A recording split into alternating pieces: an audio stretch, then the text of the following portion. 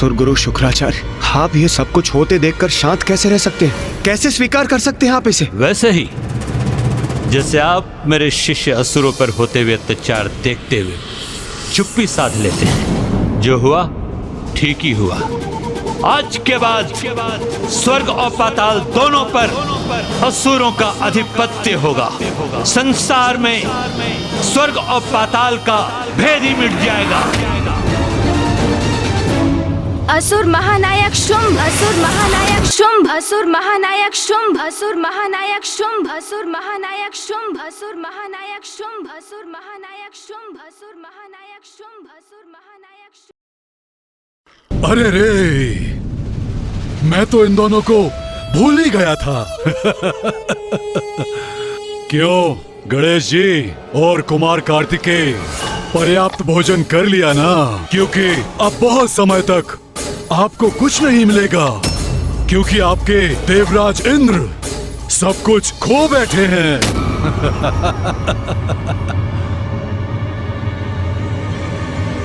ये नवीन असुर महानायक इतने मूर्ख होंगे ये ज्ञात नहीं था मुझे गणेश।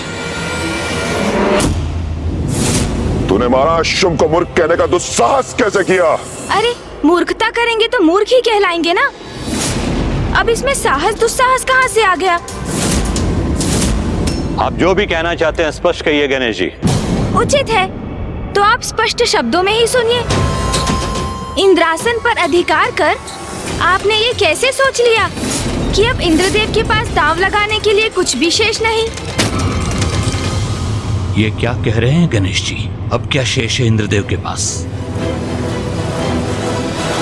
अभी ये क्रीड़ा संपन्न नहीं हुई। असुर महानायक शुंभ, अभी तो बहुत कुछ होना शेष है। अब कुछ शेष नहीं, सब कुछ समाप्त हो चुका है। मैंने इन देवताओं से इनका सब कुछ छीन लिया है, किंतु तुम्हें इसका भान कैसे होगा? क्योंकि हमने तुम्हें भोजन में व्यस्त रखा था। आपकी अज्ञानता चकित कर रही है मुझे। कदाचित आपको हमारी क्षमताओं का कोई भान नहीं है। कहाँ क्या हो रहा है ये ज्ञात करने के लिए मुझे अथवा मेरे अनुज को वहां उपस्थित रहने की आवश्यकता नहीं है। हमें भली भांति ज्ञात है कि इंद्रदेव चौसर की क्रीड़ा के उन्माद में ऐरावत, कल्प वृक्ष और यहाँ तक कि माता कामधेनु के साथ साथ इंद्रासन पद को भी गवा चुके हैं। ओह, ज्ञानी हो तुम दोनों। तो बताओ, जब देवराज पद ही चला गया तो क्या बच गया इंद्रदेव के पास? उनकी मूर्खता के सिवाय, जो हमारे छल में बार बार फंसते ही चले गए। हमारे मित्र नहीं, हमारे परम शत्रु। ये देवता हम असुरों से मित्रता करेंगे? महानायक शुंभ, ये देवता कदाचित उचित कह रहे हैं। अभी भी इनके तन पर शेष आभूषण बचे हैं। हाँ, वो तो शेष है इनके पास। इन्हें इनसे भी वंचित कर देना चाहिए। हम यमलोक में आभूषणों का क्या लाभ? इतना अपमान हो रहा है देवताओं का, किंतु पार्वती नंदन गणेश जी पूर्णतः शांत है, तनिक भी विचलित नहीं। उनकी इस निश्चिंतता का क्या कारण? क्या है इनका रहस्य? बुरे कर्मों का परिणाम तो देवताओं को भी भुगतना होता है। फिर तुम तो मात्र एक असुर हो शुंभ। अपनी शक्ति और बुद्धि का जितना अभिमान करोगे उतना ही भयानक दंड भी भुगतोगे। ऐसे टुकुर टुकुर देखकर मेरा समय व्यर्थ मत करो। उत्तर दो मेरे प्रश्नों का। इंद्रासन से बढ़कर इनके पास क्या हो सकता है? कुछ नहीं, सिवाय हमारी भिक्षा के, हमारी भिक्षा के, हमारी भिक्षा के। क्यों असुर गुरु शुक्राचार्य। कोई गुप्त दांव अभी भी शेष अवश्य है, अन्यथा ये दोनों यहाँ इस प्रकार नहीं खड़े होते। किंतु क्या है वो? असुर गुरु शुक्राचार्य, बहुत बड़ी चूक कर बैठे हैं आप, जिसकी अपेक्षा मुझे आपसे कदापि नहीं थी। क्योंकि जो योजना आपने गढ़ी थी उसमें तो एक बहुत बड़ी कमी रह गई। कमी रह गई हमारी योजना में? नहीं महादेव पुत्र गणेश जी, कदाचित आप देवताओं के पराजय को स्वीकार नहीं कर पा रहे हैं। वास्तविकता से संपर्क बनाइए। ये देखिए, हम असुर विजयी हुए हैं, तो फिर किस कमी की बात कर रहे हैं आप गणेश जी? असुर गुरु, कभी कभी अति उत्साह में व्यक्ति सबसे मुख्य बात भूल जाता है। वही आपके साथ भी हुआ। प्रथम दाव में ही इंद्रदेव से आपको उनका पद छीन लेना चाहिए था, तो ऐरावत, कल्पवृक्ष, माता कामधेनु स्वतः ही आपके हो जाते। किंतु आपने ऐसा नहीं किया, क्योंकि आपका ध्यान तो इन सभी पर था, जिनके लोभ में आप देवताओं की सबसे अमूल्य निधि भूल गए। क्या कह रहा है ये गजमुख? ऐसा क्या है जो असुर गुरु भी भूल गए? ऐसी कौन सी निधि है देवताओं की जिससे हम अब भी वंचित हैं? एक ऐसी निधि असुर गुरु शुक्राचार्य, जिसके कारण आपके निरंतर कुशल मार्गदर्शन के पश्चात भी यह असुर कभी भी देवताओं को पराजित नहीं कर सके।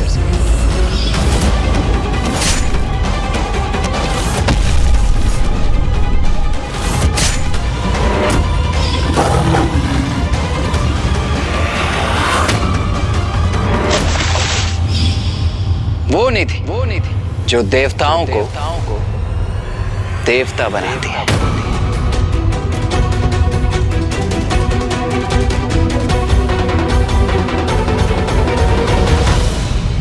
ओह, अब मैं समझा। अमृत।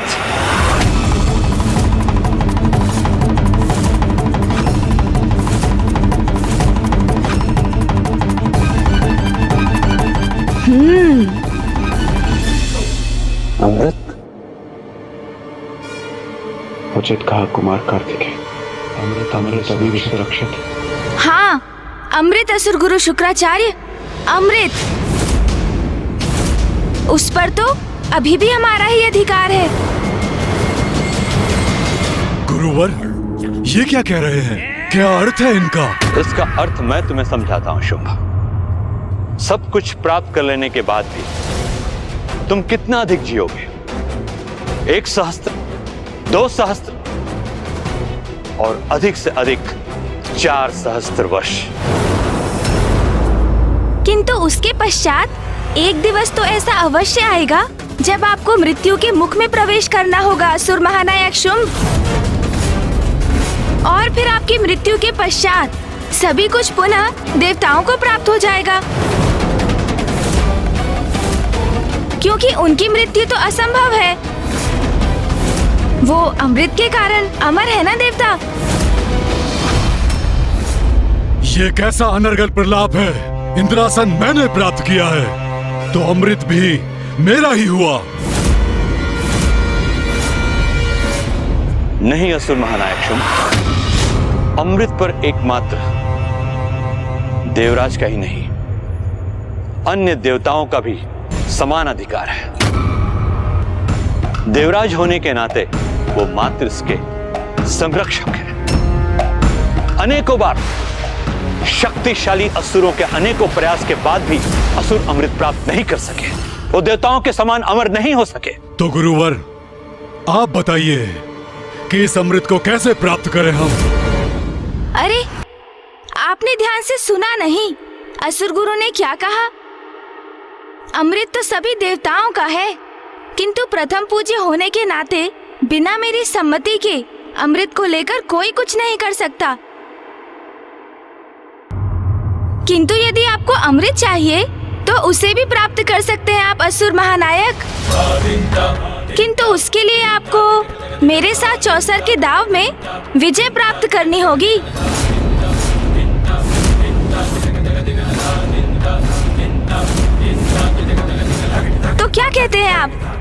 मेरा प्रस्ताव स्वीकार है आपको? तो क्रीड़ा आरंभ करें, तो क्रीड़ा आरंभ करें, तो क्रीड़ा आरंभ करें। ये क्या कह रहे हैं गणेश जी?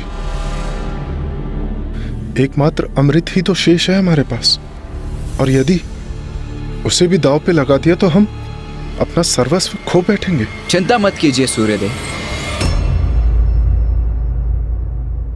गणेश को भली भांति ज्ञात है कि वो क्या करने जा रहा है।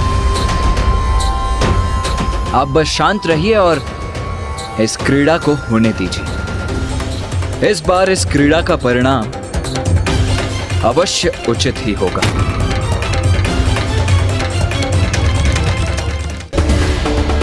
सृष्टि पर जब बढ़ा असुरों का अत्याचार, तब गणेश ने लिया विनायक की अवतार। जानिए गणेश के इस अनुपम रूप की कहानी। उचित है, क्रीड़ा होगी, अवश्य होगी।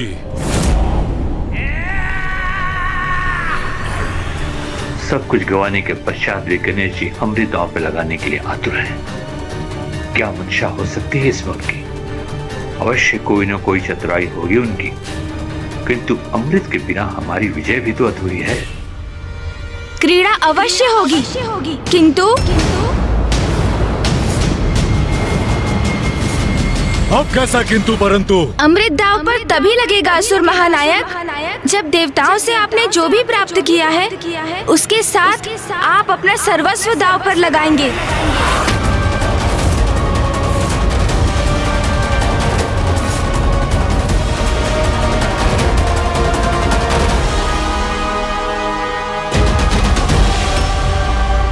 मुझे स्वीकार है। जब आपको हमारी शर्त स्वीकार है तो विलंब क्यों? आरंभ करते हैं। अवश्य, इस आरंभ में ही तुम्हारा अंत है।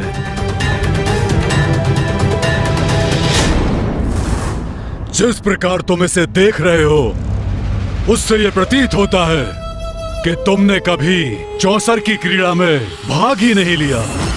क्या करें असुर महानायक शुंभ, हम कैलाश में ऐसी कोई क्रीड़ा करते ही कहाँ हैं जिसमें कोई दाव लगाने की आवश्यकता हो। द्रुत क्रीड़ा निषेध है ना वहाँ। दोष तो मेरा ही। अपने दायित्वों को भूलकर, मिथ्या आकर्षण से प्रभावित होकर मैंने ही तो धृत क्रीड़ा में भाग लिया। चलो, बहुत हुई शब्दों की क्रीड़ा। अब क्या इसे संपूर्ण दिवस निहारते रहोगे या चौसर की क्रीड़ा भी खेलोगे? भैया, मैं तो ये क्रीड़ा भली भांति समझ गया। हाँ गणेश, ये क्रीड़ा तो सीधी और स्पष्ट है। आड़े तिरछे हैं तो इस क्रीड़ा में भाग लेने वाले। अब और अधीर नहीं होने दूंगा आपको। लाइए असुर महानायक, मुझे पासे दीजिए। इसे दे दूं पासे? पार्वती नंदन गणेश जी फेंकेंगे पासे? सृष्टि पर जब बढ़ा असुरों का अत्याचार, तब गणेश ने लिया विनायक की अवतार। जानिए गणेश के इस अनुपम रूप की कहानी।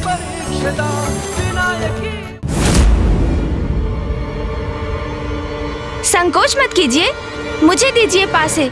पासे तुम्हें क्यों दूं? पासे तो मैं ही फेंकूंगा, जैसे मैं अब तक करता आया हूँ। वो नियम तो पूर्व में था, और ये स्थिति आपके पास है फेंकने का ही तो परिणाम है।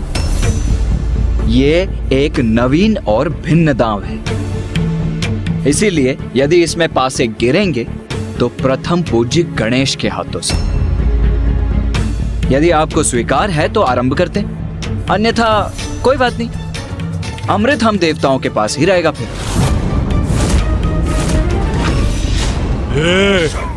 तुम दोनों प्रथम पूज्य और देव सेनापति होंगे अपने स्वर्ग में, जो अब तुम्हारा नहीं रहा।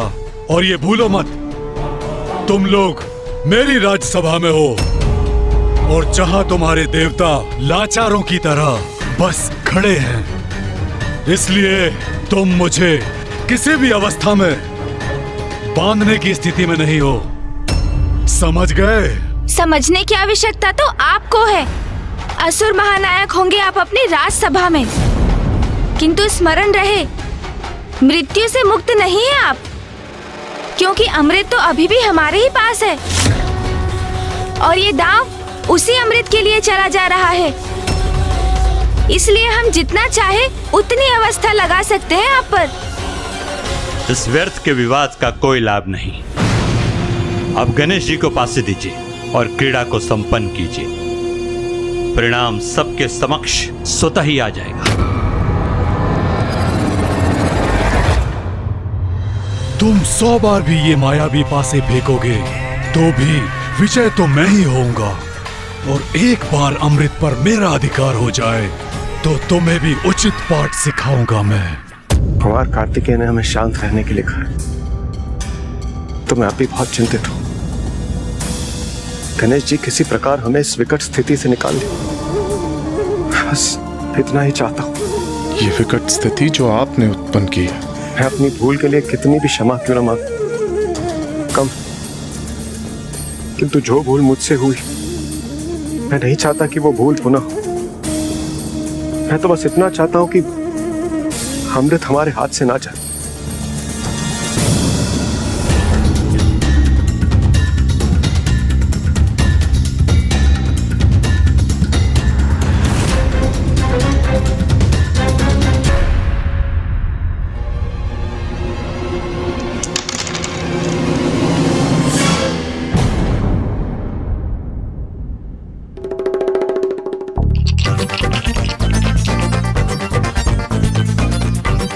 गणेश जी, अब विलंब क्यों, आरंभ करो। क्या हुआ गणेश? दांव चलो, फेंको इन्हें। वो भैया, चौसर की क्रीड़ा का अभ्यस्त ही कहा हूँ मैं, कभी इसमें भाग ही नहीं लिया, और उस पर इतना बड़ा दांव अमृत का, उसके विचार से ही थोड़ा विचलित हो रहा हूँ भैया। अरे चिंता मत करो गणेश, बस पासों को ऐसे हाथ में लो, ऐसे घुमाओ और फेंक दो।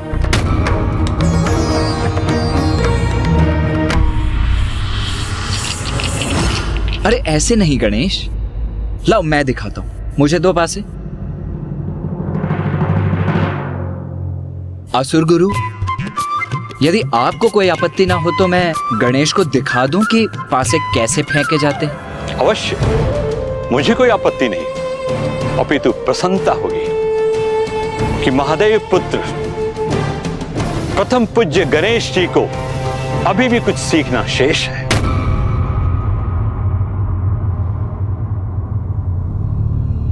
ये देखो गणेश, इतना सरल है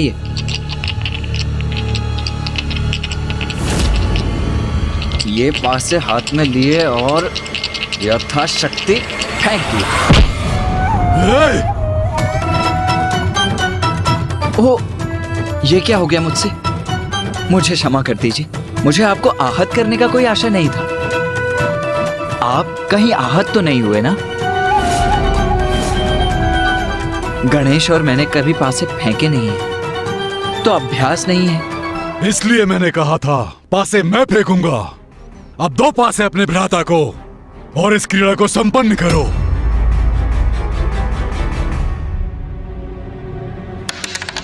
हाँ, जैसी आपकी इच्छा।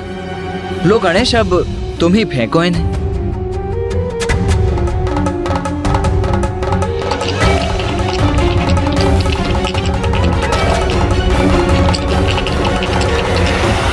अब क्या हुआ? क्यों रुक गए? वो शुंभ जी, यदि मैं एक आध दाव अभ्यास कर लूं तो आपको कोई आपत्ति तो नहीं ना? अभ्यास का एक दाव? हाँ, वो मैं सोच रहा था, मैं प्रथम बार ये चौसर का दांव चल रहा हूँ ना, तो इस क्रीड़ा को भली भांति समझने के लिए यदि एक आध दांव अभ्यास कर लेता तो अच्छा होगा ना। अमृत का दांव इसके पश्चात कर लेते हैं ना? नहीं गणेश जी, अमृत का दांव इसी बार लगेगा, यही निश्चित किया था आपने। असुर गुरु शुक्राचार्य, इंद्रदेव को तो आपने इतनी बार बिना कुछ दांव पर लगाए क्रीड़ा करने की छूट दी थी। उनके साथ तो क्रीड़ा के आरंभ में असुर महानायक शुंभ जी ने बिना किसी वस्तु को दांव पर लगाए क्रीड़ा की थी, तो मेरे साथ भेदभाव क्यों?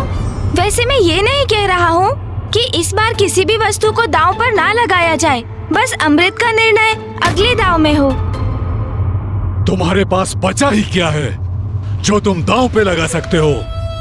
सब कुछ तो मेरा हो चुका है, मेरा। वो तो हम तब आपको बताएंगे जब आप इस दांव में मुझे अभ्यास करने की अनुमति देंगे। उचित है, एक बार आप अभ्यास कर लें, फिर अमृत। लो, गुरुदेव ने अनुमति दे दी है, तो बताओ क्या लगाओगे दांव पर?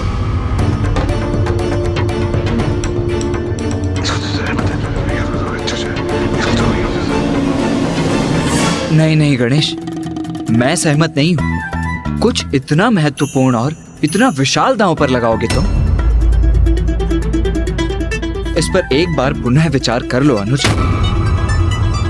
जो दांव पर लगेगा वो महत्वपूर्ण और विशाल है, अच्छा है, बहुत अच्छा है। मैं निर्णय ले चुका हूँ। हमारी ओर से अभ्यास हेतु मैं दांव पर लगाता हूँ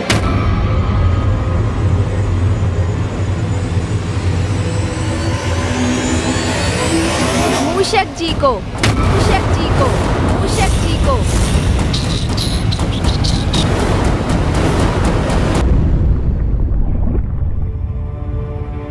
हमारी ओर से अभ्यास हेतु मैं दांव पर लगाता हूँ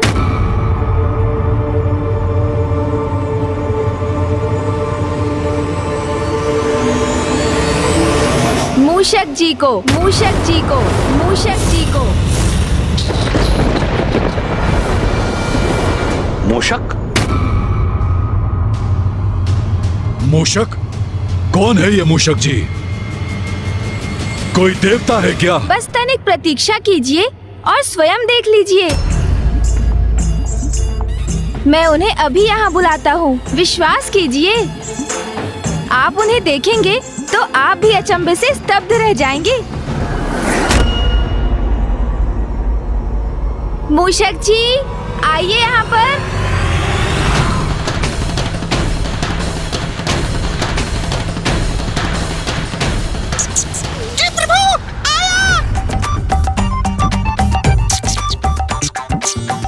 मूषक जी,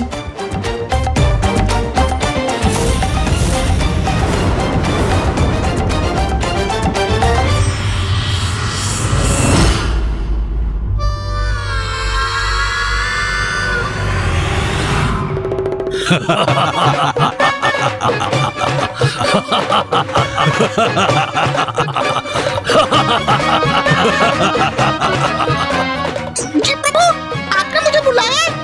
आज्ञा दीजिए प्रभु। इसे दांव पर लगाओगे? तुमने क्या सोच लिया कि मेरी क्या मति मारी गई है जो इसके लिए मैं क्रीड़ा करूंगा? अरे, आपको तो कुछ भी ज्ञात नहीं असुर महानायक शुंभ जी। जैसे देवराज इंद्र के वाहन ऐरावत हैं, अर्थात प्रथम पूज्य के वाहन है मूषक जी। हाँ, माना कि ये ऐरावत जी के समान शक्तिशाली नहीं और उनकी गति भी कम है, किंतु इन्हें कम आंकने की भूल कदापि मत कीजिएगा, क्योंकि इनकी चतुराई के समक्ष कोई नहीं टिक सकता। अरे, ये क्या कर दिया प्रभु आपने? दूध कीड़ा में मुझे ही दांव पे लगा दिया। मूषक जी, हृदय को छोटा क्यों करते हैं आप? स्मरण है ना मैंने क्या समझाया था आपको? जो होता है अच्छे के लिए ही होता है, और अब जो भी होगा सब उचित ही होगा। जो भी है, ये तो अभ्यास के लिए ही है ना। ये परिहासपूर्ण दांव संपन्न होने पर वास्तविक क्रीड़ा होगी ना अमृत के लिए। तब इनसे अमृत छीनकर इन सभी को यहाँ से बाहर करूंगा मैं। अच्छा, उचित है, जो भी है, चलो पासे फेंको। हाँ हाँ, अवश्य अवश्य असुर महानायक। किंतु ये तो बताइए कि आप क्या लगा रहे हैं दांव पर? अरे, इसी नियम का तो पालन करते आ रहे हैं ना असुर गुरु शुक्राचार्य। कुछ आप दांव पर लगाएं कुछ हम?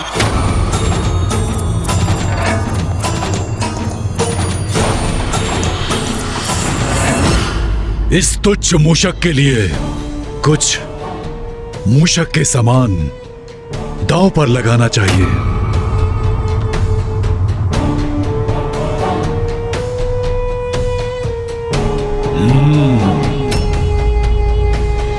स्वर्णलता,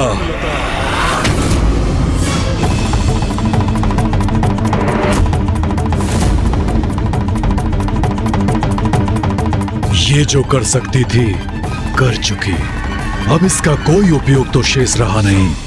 ओह, आपने अपनी आसुरी प्रवृत्ति का परिचय दे ही दिया।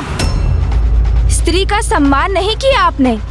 स्मरण रहे, इस प्रकार स्त्री का अपमान जहाँ होगा वहाँ विनाश ही होगा। हम देवताओं के पास तो कुछ और शेष नहीं, इसलिए मैं मूषक जी को दांव पर लगाने के लिए विवश हूँ। किंतु जो आपने किया वो सर्वथा अनुचित है।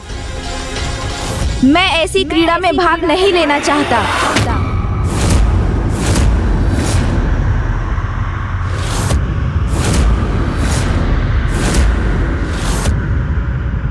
किंतु मैं वचनबद्ध हूँ, इसलिए मुझे ये क्रीड़ा आगे बढ़ानी ही होगी।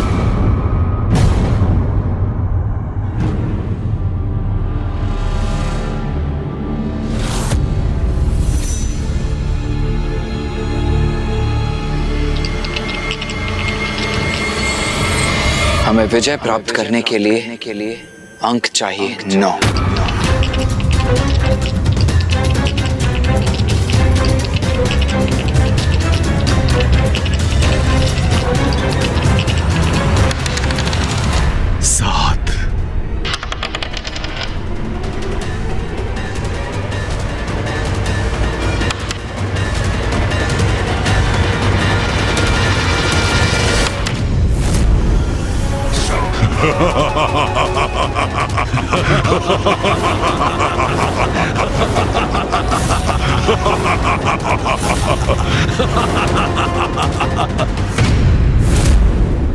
भैया, ये क्या हो गया? बहुत आनंद आ रहा है मुझे इस क्रीड़ा में। सब कुछ छीन चुका हूं मैं तुमसे, और अब तुम मूषक को भी खो बैठे।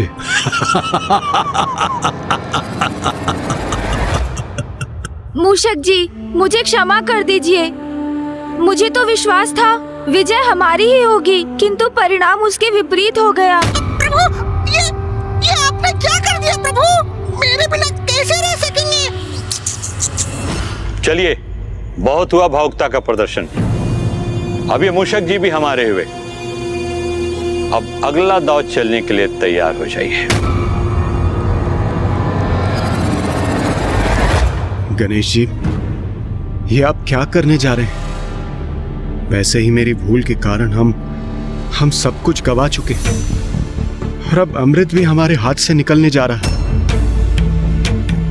ये सब आपकी ही भूल को सुधारने के लिए किया जा रहा है। इस बात का सदा स्मरण रखिएगा। चलो, अब अभ्यास समाप्त हुआ। अब वास्तविक दांव चलो। गणेश जी, मुझे पूरा विश्वास है आप अपने वचन से मुकरेंगे नहीं। आपने अभ्यास का अवसर मांगा था, वो हमने आपको दिया। लेकिन अब हमने जो भी जीता है, जो भी हमारा है, हम सब दांव पे लगाते हैं आपके अमृत के लिए। चलिए, पासे फेंकिए।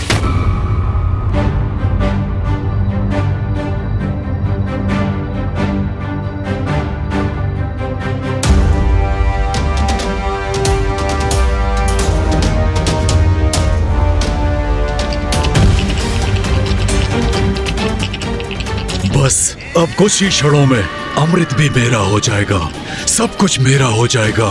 फिर जो अन्य कोई भी नहीं कर सका वो मैं कर दिखाऊंगा, वो भी युद्ध से नहीं, मात्र इस चौसर की क्रीड़ा से। गणेश,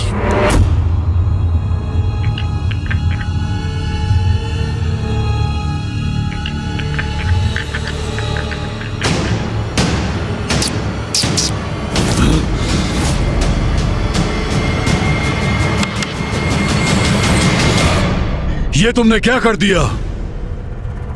पासों को इतना दूर क्यों फेंक दिया? क्या कर दिया इसका अर्थ क्या है? गणेश को छींक आ गई और उसकी छींक के कारण पास से दूर चले गए। भ्राताश्री, अवश्य इन दोनों की कोई चाल है। अरे छींक और चाल में भी भेद ज्ञात नहीं है आप लोगों को। छींक पर भला किसका वश होता है? वो तो स्वतः ही आ जाती है ना। हाँ, चाल अवश्य सोच समझ कर चली जाती है, जिसमें कदाचित आप सभी असुर अभ्यस्त हैं। क्यों? बस इस आरोप प्रत्यारोप का कोई लाभ नहीं है। अभी क्रीड़ा शेष है। जाइए, पासे लेकर के आइए। अरे ये क्या कर रहे हैं आप? भूल मेरी है, जिसके लिए क्षमा मांगकर उसे मुझे सुधारना चाहिए। मेरी छींक के कारण ये दाव अधूरा रह गया, तो आप अपने सेनापति को कष्ट क्यों दे रहे हैं? पासे लाने उन्हें क्यों भेज रहे हैं आप? तो किसको भेजूं? अरे अभी तो आपने मेरे मूषक जी को प्राप्त किया ना, तो उन्हें ही क्यों नहीं भेज देते आप? एक बार भेजकर तो देखिए, तब आप भी समझ जाएंगे उनका मूल्य। हाँ, असुर महानायक शुंभ जी, आप क्यों कष्ट करें?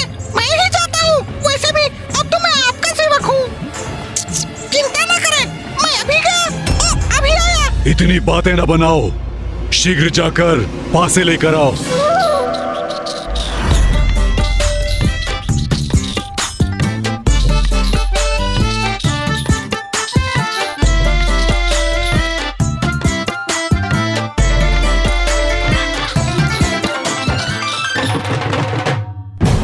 भ्राताश्री, देखिए कितनी धीमी गति है इसकी, इसलिए रक्त बीज को ही भेजना चाहिए था पासे लेने के लिए। मैंने कहा ना, मैं बस अभी गया और अभी आया।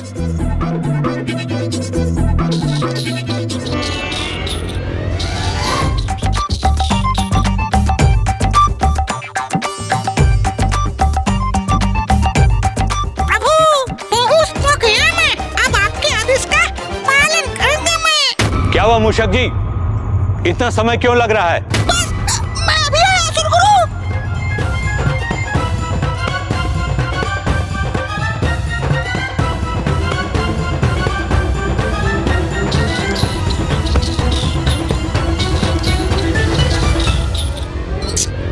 लीजिए।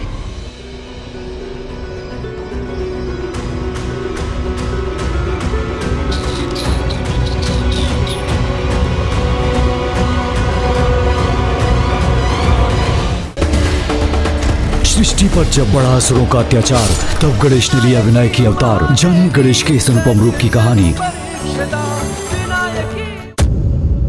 बस तुम बहुत समय गवा चुके हो। बस अब क्रीड़ा संपन्न करो। नहीं असुर महानायक शुंभ जी, ये पासे फेंकना मेरे वश में नहीं है। मैंने प्रयास किया तो देखा ना आपने क्या हुआ। ये लीजिए, आप ही फेंके इन्हें। अरे गणेश, ये क्या कर रहे हो तुम? भैया, जो जिस कार्य को भली भांति निभा सके, उसे ही वो कार्य सौंपना चाहिए। ये तो स्पष्ट है कि शुंभ जी और उनका समुदाय द्रुत क्रीड़ा में बहुत अनुभव रखते हैं, अर्थात उन्हें इस क्रीड़ा का उचित ज्ञान भी है। उचित है, ये शर्त तो तुमने रखी थी ना।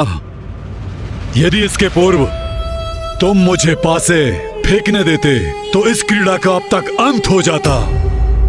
शुंभ, फेंको पासे, फेंको पासे।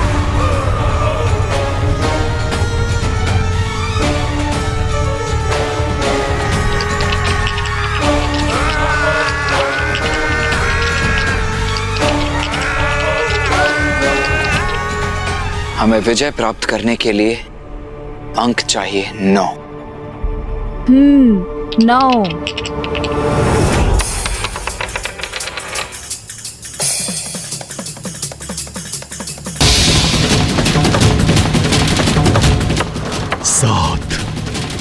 बस अब इसके साथ अनेकों वर्षों से जो मेरी प्रबल इच्छा है, वो आज पूर्ण होगी। असुर विजयी होंगे। 9? तो क्या हम विजयी हुए?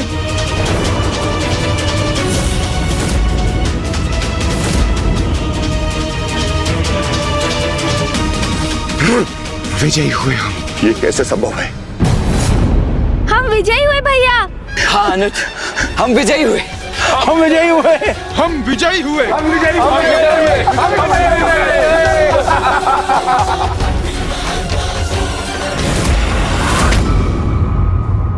असुर गुरु, ये संभव कैसे है?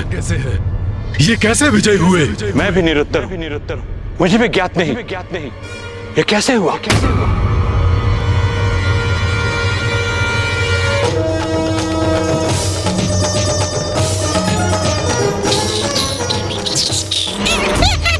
विजय हुए, हम विजय हुए। आच्छू!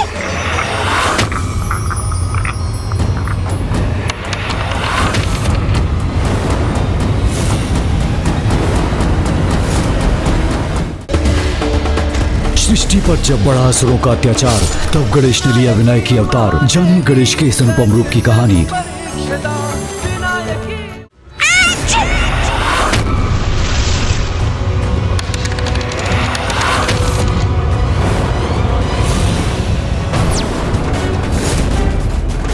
मूषक जी को छींक आई और ये पासे यहां गिर पड़े। कैसे हुआ ये? ये कैसे पासे हैं? किसके पासे हैं? और इस मूषक के पास कैसे पहुंचे?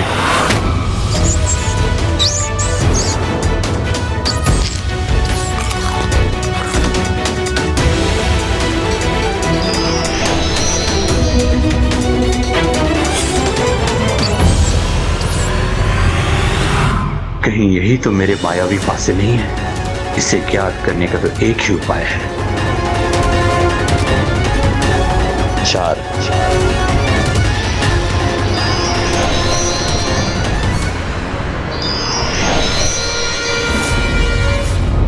छल। पार्वती पुत्र प्रथम पूज्य गणेश, आपने छल किया है हमारे साथ।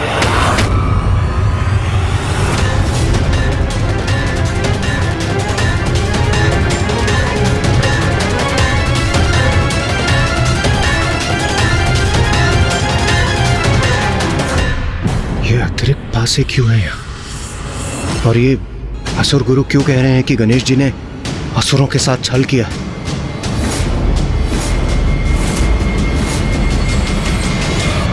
अब समझा मैं। ये कारण है इनके विजय होने का। गणेश ने पासे बदलने का कपट किया है। ये अन्याय है, अन्याय। छल किया इन्होंने। देवताओं ने असुरों के साथ छल किया है। मिथ्या आरोप लगाना उचित नहीं है असुर महानायक। मैंने कोई छल नहीं किया।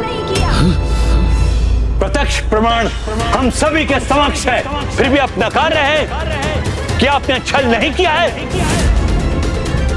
कैसा प्रमाण असुर गुरु शुक्राचार्य? और आप इतने विश्वास के साथ कैसे कह सकते हैं कि हमने छल किया? क्योंकि इन पासों के स्थान पर दूसरे पासे रखे गए हैं और तुमने हमारे पासे हटाकर दूसरे पासों से क्रीड़ा की है।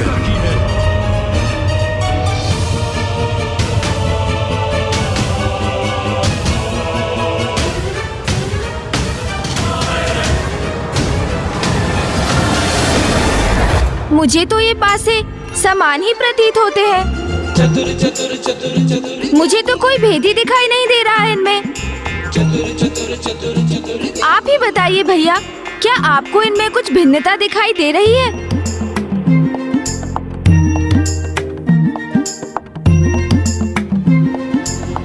नहीं गणेश, मुझे भी ये एक समान ही प्रतीत हो रहे हैं। असुर महानायक शुंभ, मैं तो ये भी पहचान करने में असमर्थ हूँ कि हमारे पासे कौन से हैं और आपके कौन से। किंतु आपको ये कैसे ज्ञात हो रहा है? क्योंकि बहुत बड़ी भिन्नता है इसमें। ये पासे मायावी हैं। मैं इन्हें पहचान सकता हूँ। दिखाऊं कैसे?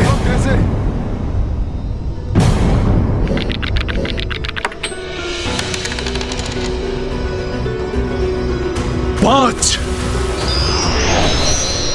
ये कैसी मूर्खता कर दी तुमने शुंभ। सत्य को स्वीकार कर गणेश जी के जाल में फंस गए तुम।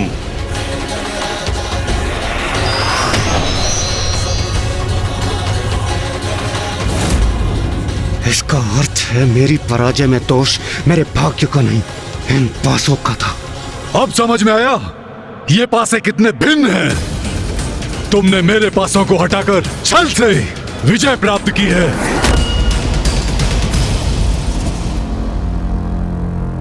छल मैंने नहीं, आपने किया है असुर महानायक। मायावी पासों से क्रीड़ा कर अन्याय तो आप कर रहे थे।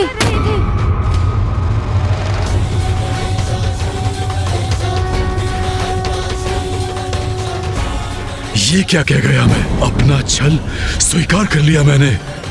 स्वाभाविक रूप से नहीं, मायावी पासों के कारण पराजित हो रहे थे इंद्रदेव।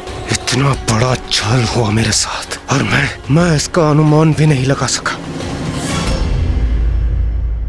मुझे आश्चर्य है तो इस बात का असुर गुरु कि न केवल आपने इस कपट योजना को समर्थन दिया, अपितु उसमें सम्मिलित भी हुए। कोई मूर्ख अज्ञानी छल करे तो करे, किंतु आप तो महाज्ञानी हैं। आप कैसे भूल गए कि छल पर पड़ा आवरण कभी न कभी हट ही जाता है और सत्य उजागर ही हो जाता है। आपको जो करना था वो आपने किया, और आपके अनुसार हमने आपके साथ एक क्रीड़ा की और विजयी भी हुए। इसीलिए अब हमारी शर्त के अनुसार आपको इंद्रदेव को वो सब लौटाना होगा जो आपने उनसे लिया, और आपका जो कुछ भी है वो सब हमें देना होगा।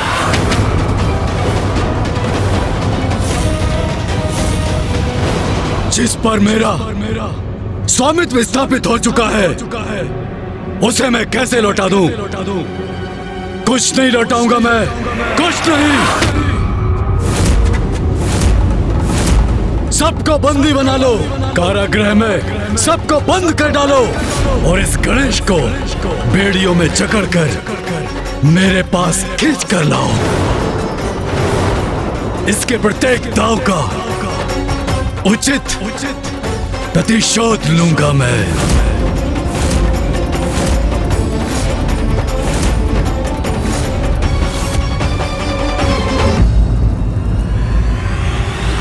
प्रथम पूज्य गणेश जी और कुमार कार्तिकेय जी को अनेकों धन्यवाद। यदि वो इस स्थिति को नहीं संभालते तो मेरे पास कोई कार्य ही नहीं रहता। जब स्वर्ग में धन ही नहीं होता तो मैं किसका संरक्षण करता?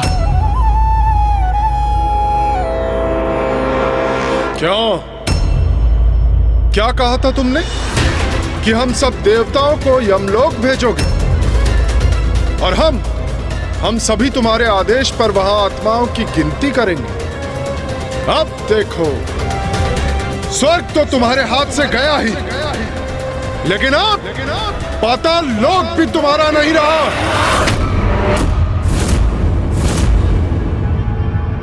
प्रतीत होता है तुम सब असुर यमलोक जाने पर बाध्य होंगे। चिंता मत करो, मैं यमराज से कह देता हूं, वहां जाकर मृतात्माओं के साथ ये चौसर की क्रीड़ा करना। क्यों मित्र शुंभ, विचार उचित है ना?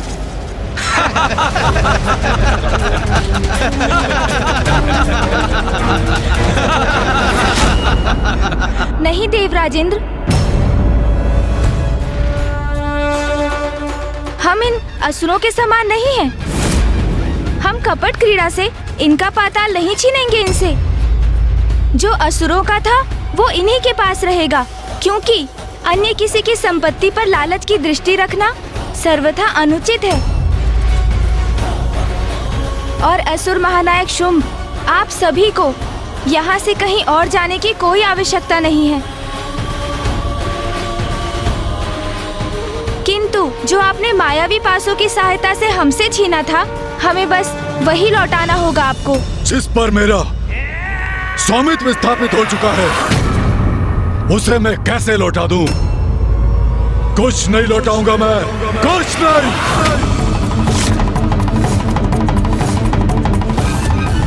उचित है असुर महानायक शुंभ का निर्णय।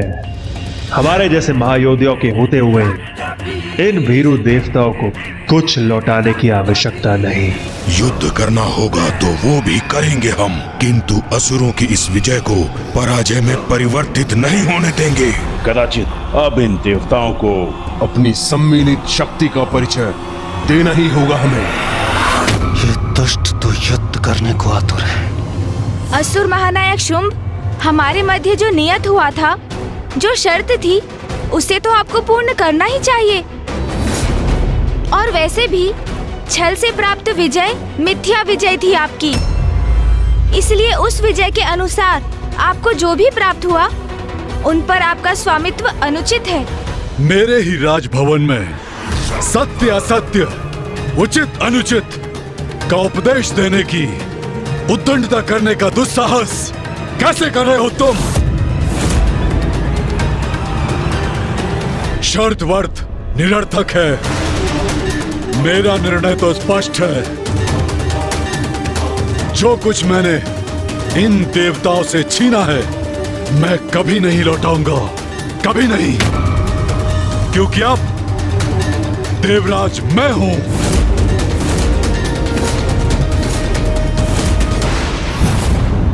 ये शुंभ क्या कर रहा है? सर्वथा अनुचित है इसका क्रोध का आवेश में बहना। इसका परिणाम भयंकर भी हो सकता है। उचित आचरण का तनिक भी ज्ञान नहीं है इन असुरों को। अतिथि के साथ ऐसा व्यवहार तो प्रथम बार देख रहा हूं मैं। सबको बंदी बना लो, कारागृह में सबको बंद कर डालो और इस गणेश को बेड़ियों में जकड़कर मेरे पास खींच कर इसके प्रत्येक दांव का उचित प्रतिशोध लूंगा मैं। महादेव पुत्र प्रथम पूज्य गणेश जी के साथ ऐसी उद्दंडता, ऐसा कर कदाचित शुंभ अपने विनाश को आमंत्रित कर रहा है।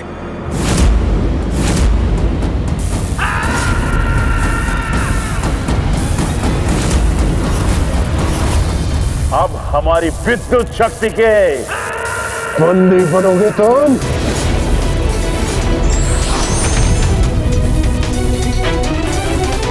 नहीं भैया, आप कुछ मत कीजिए। क्यों रोक दिया गणेश ने मुझे? मुझे इनसे निपटने दीजिए।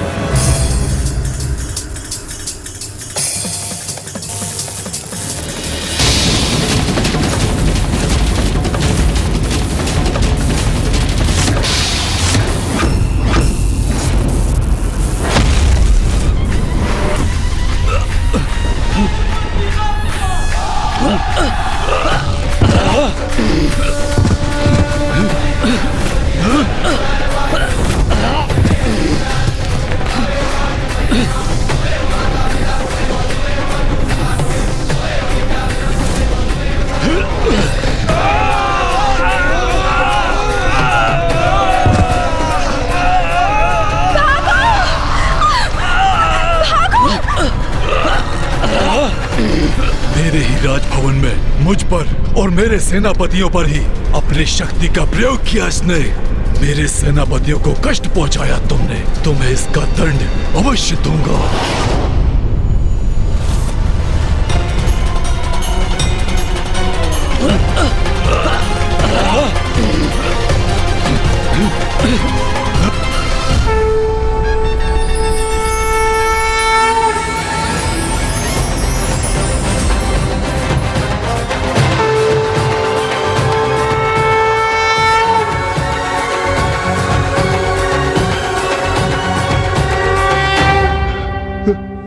ये कैसा प्रकाश है?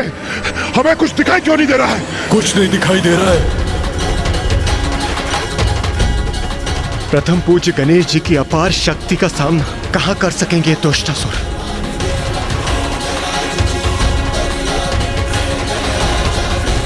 ये कैसा दिव्य प्रकाश है जिससे मेरे नेत्र चौंधिया रहे हैं? प्रथम पूज्य गणेश जी, हम कृतार्थ हुए। आपने इस विनाश से हमारी रक्षा ही नहीं की, अपितु अपने इस विराट रूप के दर्शन देकर हमें धन्य किया है प्रभु।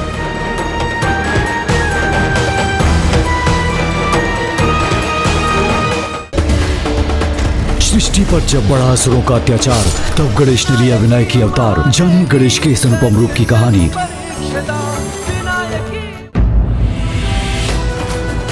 ये क्या महादेव पुत्र प्रथम पूज्य गणेश विराट रूप में दर्शन दे रहे हैं, किंतु मैं उन्हें क्यों नहीं देख पा रहा हूँ? मैं तो ऋषि हूँ, महादेव का भक्त हूँ, फिर भी मैं गणेश जी के दिव्य दर्शन करने में असमर्थ क्यों हूँ? मुझे दर्शन दीजिए प्रभु, मुझ पर कृपा कीजिए, मुझे अपने विराट रूप के दर्शन से वंचित मत कीजिए। असुर गुरु शुक्राचार्य, मुझे आपका स्वर सुनाई पड़ रहा है प्रभु, किंतु मैं आपको देख नहीं पा रहा हूँ। आप मुझे नहीं देख पा रहे हैं क्योंकि आपको सत्पुरुषों से अधिक कुकर्मियों की संगति प्रिय है। व्यक्ति की संगति का चुनाव उसके समस्त जीवन का आधार बनता है।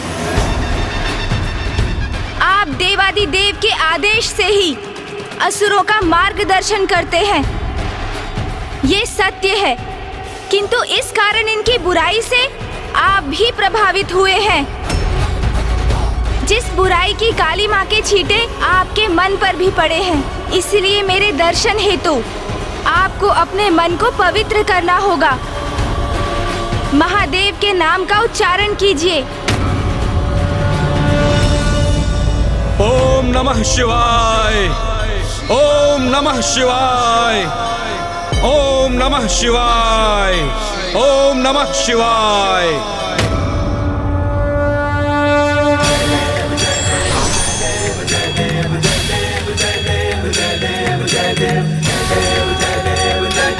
प्रभु, असुर गुरु शुक्राचार्य, आप असुरों के गुरु हैं, उनके पिता समान हैं। उनका मार्गदर्शन कर उनको विजयी बनाने का यथासंभव प्रयास करना आपका कर्तव्य है, किंतु ये तो अब आपको भी समझ जाना चाहिए कि छल का मार्ग अपनाकर आप अपने उद्देश्य में सफल नहीं हो सकते। आज आप ये क्या करने जा रहे थे? चौसर के दांव से, द्रुत क्रीड़ा से देवराज इंद्र के इंद्रासन, उनके पद और उनके स्वर्ग को उनसे छीनने जा रहे थे। आज के पूर्व भी अनेकों देवासुर संग्राम हुए हैं और असुरों ने आपके मार्गदर्शन में स्वर्ग पर अपना अधिकार स्थापित करने का प्रयास किया है, किंतु आज का ये छल तो अत्यंत अनीतिपूर्ण और निकृष्ट कृत्य था। आपके चरित्र का इतना पतन कैसे हो सकता है असुर गुरु? और इसमें जितना दोष असुर गुरु शुक्राचार्य का है, उतना ही आपका भी है इंद्रदेव।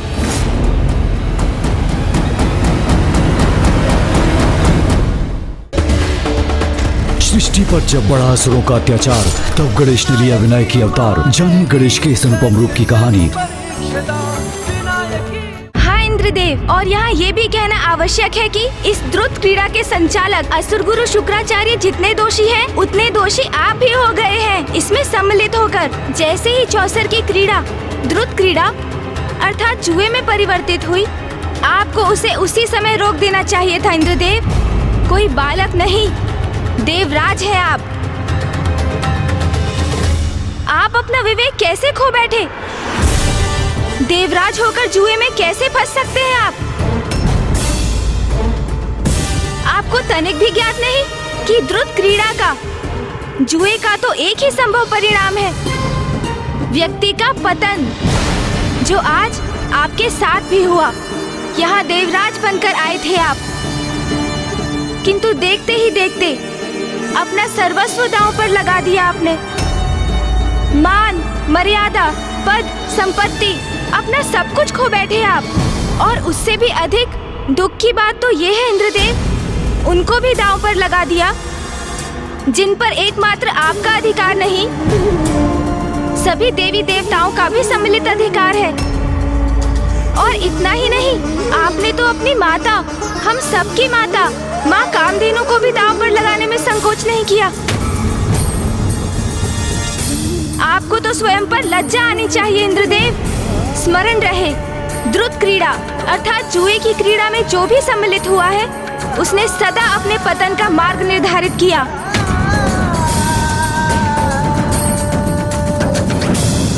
जुए से व्यक्ति स्वयं तो निर्धनता की ओर अग्रसर होता ही है और समुदाय तक को महासंकट में डाल देता है। उसी प्रकार जिस प्रकार इंद्रदेव ने स्वर्ग और सभी देवी देवताओं को विपत्ति के मुख में धकेल दिया।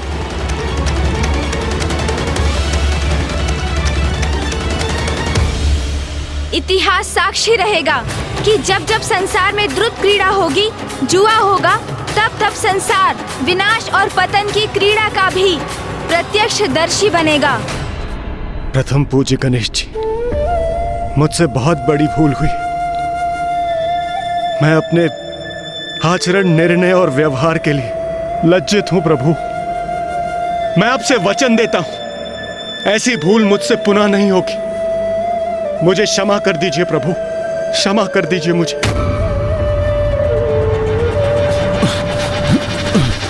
ये क्या हो रहा है? असहनीय पीड़ा हो रही है मुझे। प्रतीत होता है दृष्टिहीन हो जाऊंगा मैं।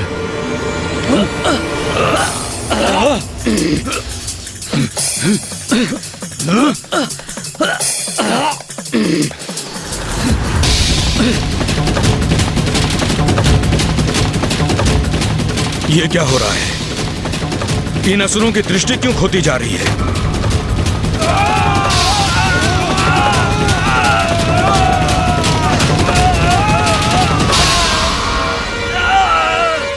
मेरे इस विराट रूप में मेरे दर्शन सभी के लिए संभव नहीं है असुर गुरु शुक्राचार्य।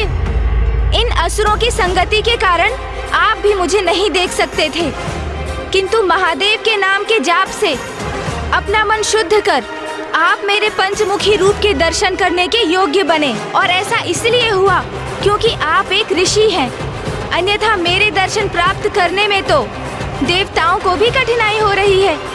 सत्य तो ये है कि जो मन, वचन और कर्म से शुद्ध है, जिनका मेरे प्रति भक्ति भाव है, वही इस रूप में बिना कष्ट पाए मेरे दर्शन कर पाते हैं।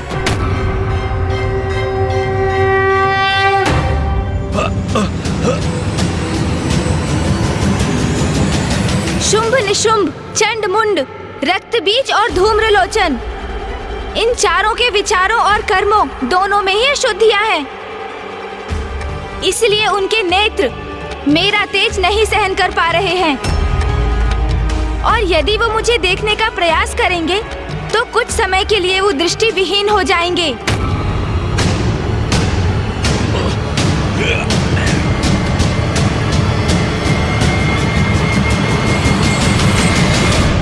अभी भी समय है, संभल जाइए असुर गुरु। शुंभ निशुंभ और उनके सेनापतियों को ब्रह्मदेव और महादेव से वरदान अवश्य प्राप्त है, किंतु आप भूल रहे हैं। यदि वो पुनः अपनी सीमाओं का उल्लंघन करेंगे तो उन्हें उनका दंड अवश्य प्राप्त होगा, और उन्हें दंडित करने वाली शक्ति इतनी प्रचंड, इतनी शक्तिशाली होगी कि इन्हें ऐसी भयंकर मृत्यु प्रदान करेगी कि इनके शव भी नहीं पहचान सकेंगे आप।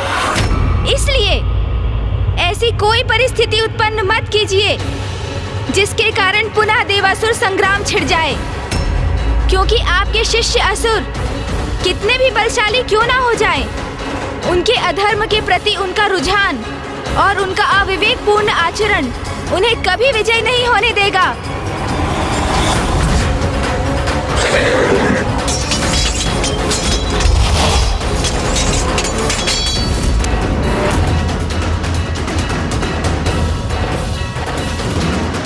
दया कीजिए, हमारी रक्षा कीजिए।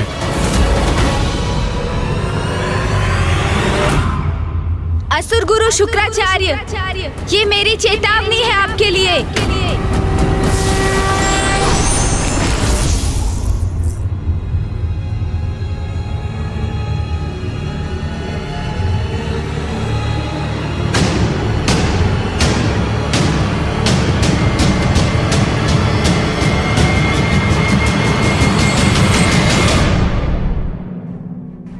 भैया, अब हमें लौटना चाहिए।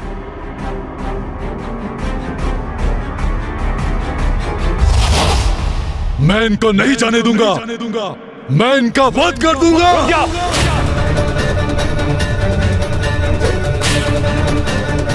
शुंभ, इन्हें रोकने का प्रयास मत करो, जाने दो इन्हें।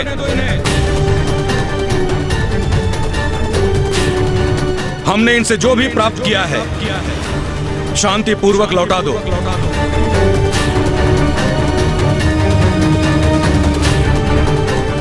गणेश की चेतावनी से असुर गुरु अभी तो प्रभावित प्रतीत हो रहे हैं, किंतु ऐसा कब तक रहेगा?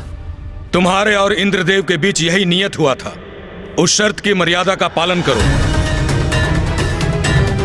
और देवताओं की निधियों को वापस लौटने दो।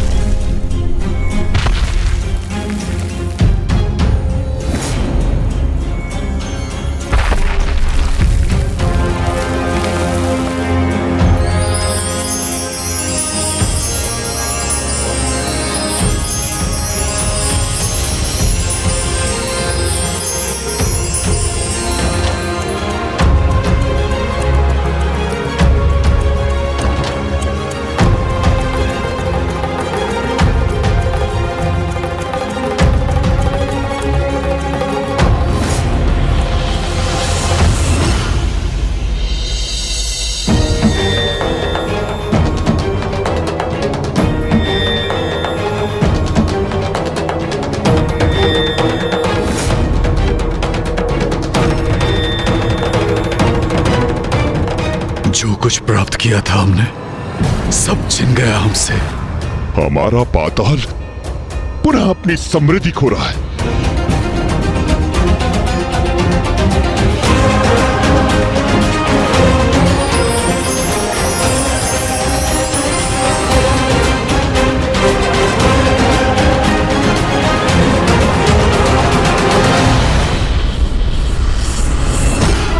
हमारे भंडार अन्न से रिक्त हो रहे हैं। पाताल के वृक्ष आदि भी प्रभावित हो रहे हैं। यहाँ की प्रकृति हमसे रुष्ट हो रही है। कल्प वृक्ष के स्वर्ग लौटने से पुनः वंचित हो गए हैं हम।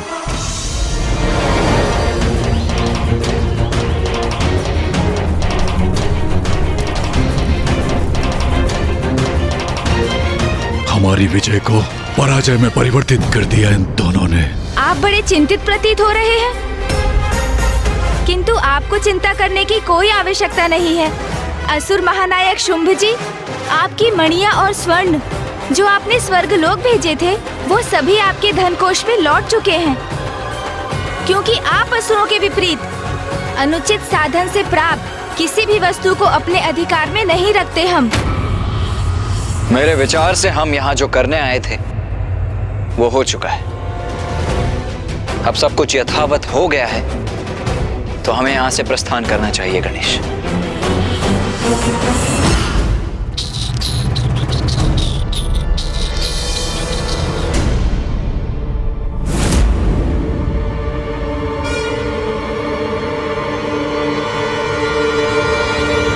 अरे ये क्या, गणेश जी और कुमार कार्तिकेय जी ने तो भोजन तक स्वीकार नहीं किया।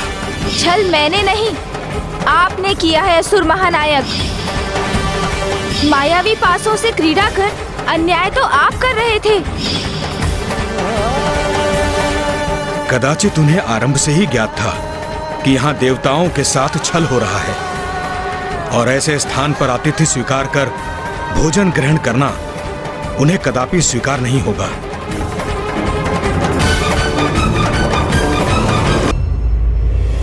मैं उन दोनों को अपने हाथों से मसल कर रख देता। आपने उन्हें क्यों जाने दिया असुर गुरु? क्यों? अपने वचनों से अपनी मूर्खता का प्रदर्शन मत करो शुंभ। महादेव पुत्र प्रथम पूज्य गणेश जी की अपार शक्ति का प्रदर्शन देखकर भी उनके सामर्थ्य को समझ नहीं सके तुम कदापि बंदी नहीं बना पाते उन्हें। तो असुर गुरु क्या करें हम? मैंने और मेरे भ्राता निशुंभ ने घोर तपस्या कर वरदान इसलिए प्राप्त नहीं किया था कि गणेश के भय से हम इस पाताल में छुप कर बैठ जाएं। ज्ञात है हमें गणेश जी के कारण आज हम विजय प्राप्त कर भी पराजित हो गए। अब हमें और विचार करना पड़ेगा और इससे भी बड़ी चाल चलने की योजना बनानी पड़ेगी। उचित है असुर गुरु, आपका कथन उचित है। इस बार हम ऐसी चाल चलेंगे जो गणेश और कार्तिकेय की समझ के बाहर हो, जिस चाल से वो स्तब्ध और निरुत्तर हो जाए। और इस बार हमारी कपट योजना का उनके पास कोई तोड़ न हो।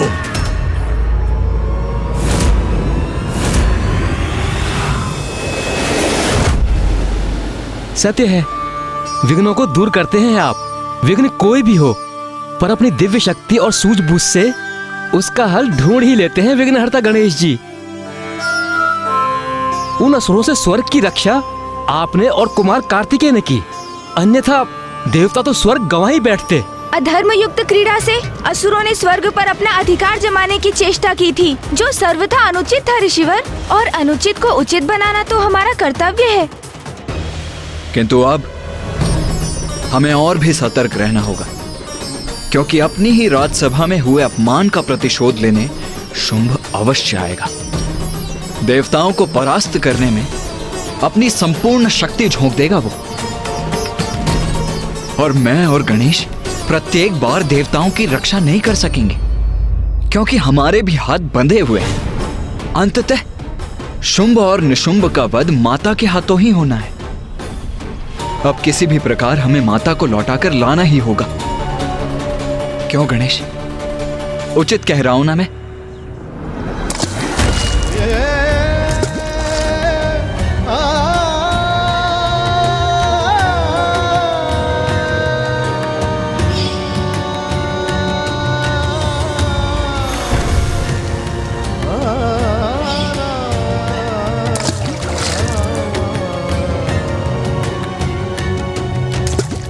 कुमार कार्तिकेय, जब से आप दोनों पाताल से लौटे हैं, गणेश जी का ध्यान बटा हुआ है। वो विचलित प्रतीत हो रहे हैं।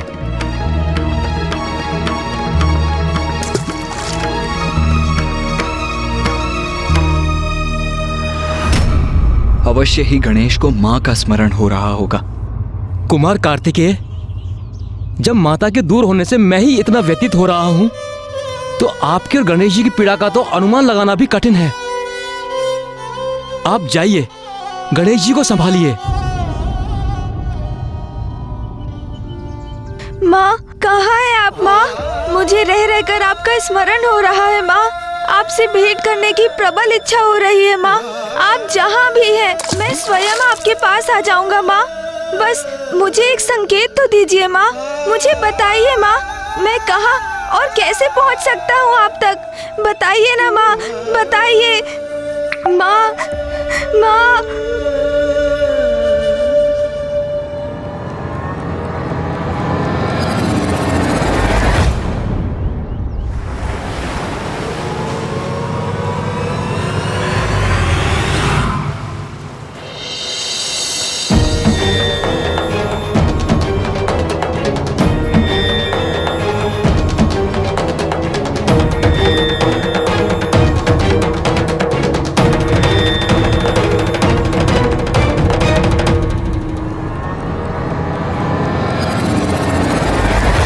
अनुज गणेश, तुम यहां अकेले क्यों खड़े हो?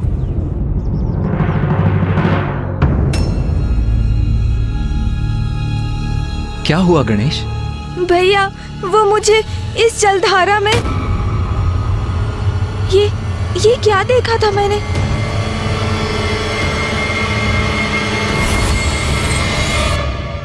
मुझे ज्ञात है गणेश कि नदी का ये तट, ये जलधारा तुम्हारे भीतर मां की स्मृति को जागृत कर तुम्हें भावुक कर रही है। क्योंकि अभी कुछ समय पूर्व मां महाकाली ने हमें यही दर्शन दिए थे।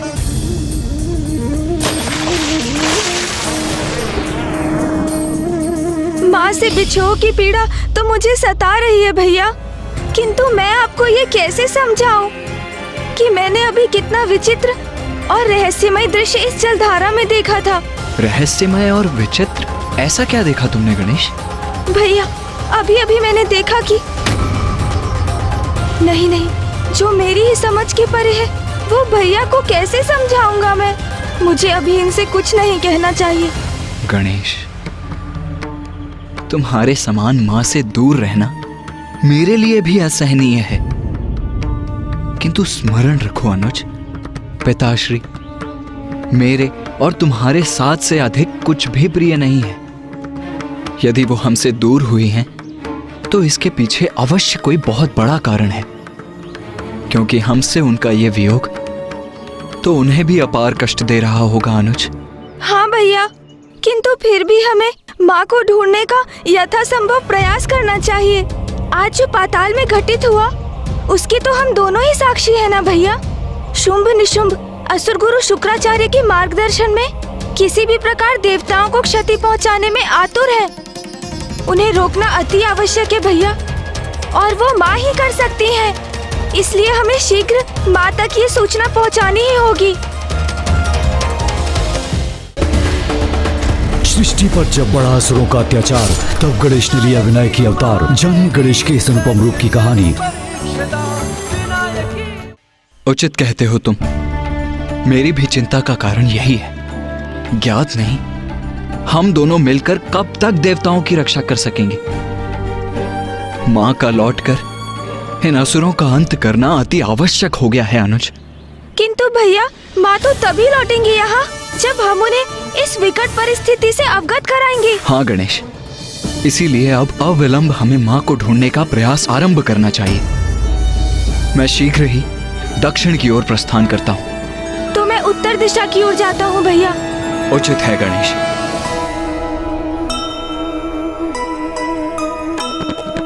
माता के लिए पुत्र हुए व्याकुल,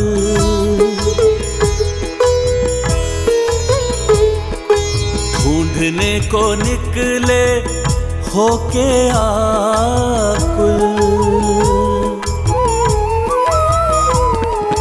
माता दरस का मन में ध्येया, दक्षिण में ढूंढे कुमार कार्तिकेया।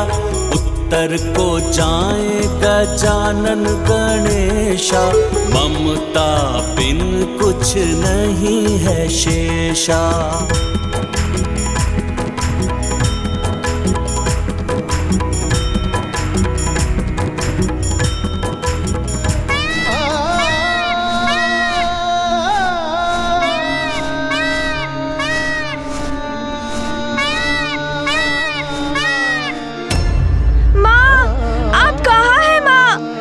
पुकार सुनिए माँ। माँ, नहीं, मैं इस प्रकार निराश नहीं हो सकता। माँ तक पहुँचने का कोई ना कोई उपाय तो ढूंढना ही होगा मुझे। प्रभु, माता को ढूंढना है ना हमें, तो फिर हम यहाँ क्यों रुक गए? मूषक जी, कदाचित इस प्रकार चारों दिशाओं में घूमकर माता को ढूंढने का कोई लाभ नहीं होगा। उनके निकट पहुंचने के लिए हमें कोई युक्ति ढूंढकर एक योजना बनानी होगी। आप सर्वथा उचित कह रहे हैं प्रभु, किंतु ऐसी कौन सी युक्ति और किस योजना का प्रयोग करेंगे आप? मूषक जी, माँ किसी बड़े प्रयोजन से हमसे दूर गई है, इसलिए उनकी इच्छा के बिना उन्हें ढूंढने के हमारे सभी प्रयास विफल होंगे। उनसे भेंट करने के लिए उन्हें स्वयं हमारे पास आने के लिए बाध्य करना होगा।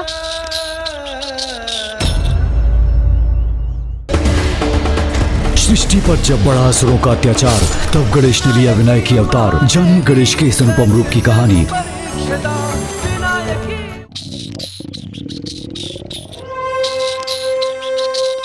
प्रभु, ये तो आपके भूखे होने का संकेत है, और भूखे रहेंगे तो आपकी बुद्धि कैसे कार्य कर सकेगी और योजना कैसे रचेंगे?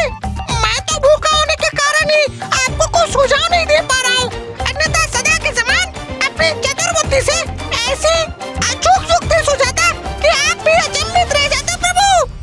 अवश्य मूषक जी, अवश्य। आपकी चतुराई के समक्ष तो सब निरुत्तर हो जाते हैं। भूख तो बहुत प्रबल लगी है मुझे, किंतु माँ के बिना मेरा मन तो तनिक भी नहीं लग रहा है। माँ, आप कहाँ हैं माँ? मैं भूखा हूँ। माँ, माँ, मैं भूखा हूँ और माँ यहाँ नहीं है। मूषक जी, आपने सुना मैंने क्या कहा? मैं भूखा हूँ, मैं भूखा हूँ। प्रभु, वही तो मैंने भी कहा। आप मेरे ही कथन को क्यों दूर आ रहे हैं? आप इतने विचलित मत होइए, भोजन कर लीजिए, फिर हमें अवश्य कोई उपाय सूझेगा। सूझ गई युक्ति मूषक जी, और योजना भी तैयार है। अब आप अपनी चिंता त्याग दीजिए। हाँ प्रभु, कैसे त्याग दूं अपनी चिंता प्रभु? भूखा तो मैं भी हूँ। माँ, मुझे भूख सता रही है माँ, किंतु जब तक आप स्वयं अपने हाथों से भोजन नहीं खिलाएंगी, मैं भोजन का एक कौर भी ग्रहण नहीं करूँगा माँ।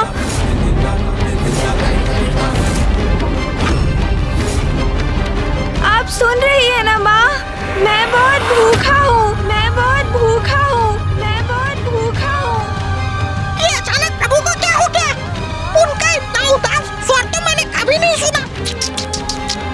आप सुन रही है ना माँ? मैं बहुत भूखा हूँ। पुत्र गणेश, मेरा पुत्र पुकार रहा है मुझे। मेरा पुत्र भूखा है और अब तो उसने ये हट भी कर लिया। भोजन करेगा तो मेरे हाथों से। पुत्र,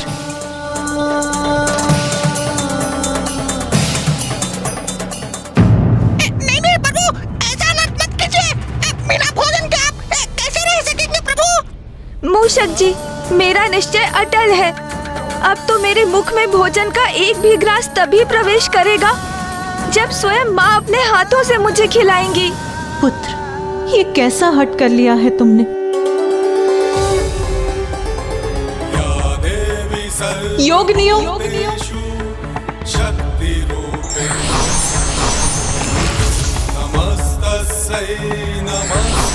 प्रणाम माता। मेरा पुत्र गणेश भूखा है, उसके निकट जाओ, उस तक ये संदेश पहुंचाओ कि मैंने ही तुम्हें भेजा है, और उसे समझा बुझाकर भोजन कराओ। जो आज्ञा माता।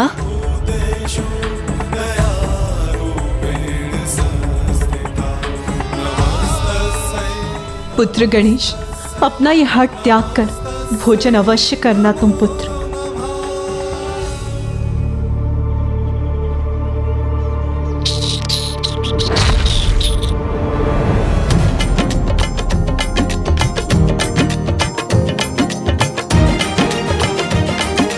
नहीं मूषक जी, आप कितना भी प्रयास कर लें, मैं ऐसे भोजन नहीं करूँगा। चाहे कुछ भी हो जाए, किंतु आज मैं तनिक भी लालच में नहीं आऊंगा। भोजन तो माँ के हाथों से ही करूंगा मैं।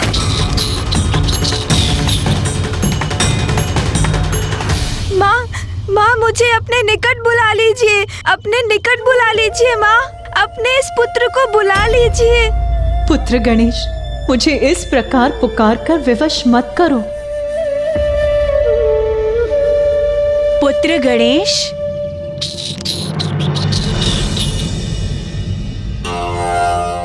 पुत्र, हम 64 योगिनियाँ तुम्हारी माता के ही अंश हैं। प्रणाम माताओं। पुत्र, तुम्हारी माता तुम्हें लेकर बहुत चिंतित हैं। तुमने भोजन जो नहीं किया है, इसलिए उन्होंने हमें आदेश दिया है कि हम यहाँ आकर तुम्हें भोजन कराएं। अब प्रभु कुछ भोजन करेंगे तो मेरे भी उधर में कुछ जाएगा। अब योगिनी माता के ये आग्रह अस्वीकार मत कीजिएगा प्रभु। माताओं, मुझे क्षमा कीजिएगा, आप सभी मेरी माता के ही समान हैं। किंतु जब तक मैं स्वयं अपनी माता से भेंट नहीं करूंगा, भोजन तो मैं कदापि नहीं करूंगा। आप यहाँ माता के आदेश से आई है ना, तो इसका अर्थ है आपको ज्ञात है कि वो कहाँ है। और ये मेरा दृढ़ निश्चय है कि भोजन तो मैं उनके हाथों से ही प्राप्त करूंगा। इसलिए मुझे भोजन कराने के उनके आदेश का पालन करने हेतु आप सभी से मेरी प्रार्थना है कि आप मुझे उन तक ले चलिए। उचित है पुत्र, चलो हमारे साथ। अरे वाह प्रभु, आपकी युक्ति कार्य कर गई।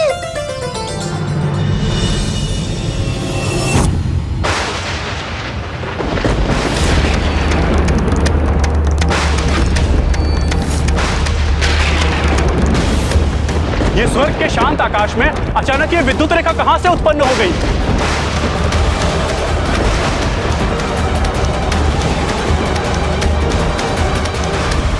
ये क्या हो रहा है?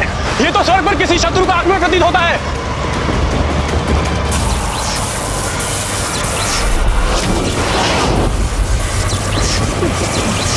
अरे ये कैसे बंधन में बंध गए हम?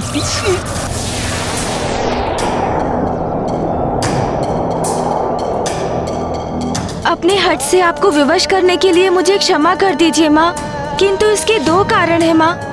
एक, आपसे भेंट करने का मेरा निजी स्वार्थ, और दूसरा जो मेरे स्वार्थ से कहीं अधिक महत्वपूर्ण है, वो है जगत कल्याण माँ।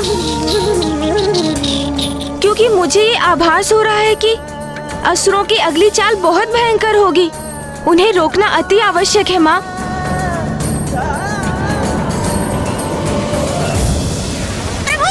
इस मेघ में तो मुझे भी कुछ दिखाई नहीं दे रहा है। मूषक जी, दिखाई तो मुझे भी कुछ नहीं दे रहा, किंतु ये योगिनी माताएं हमारा मार्गदर्शन कर रही है ना, तो चिंता किस बात की। बस आप उनके पीछे चलिए। उचित है प्रभु।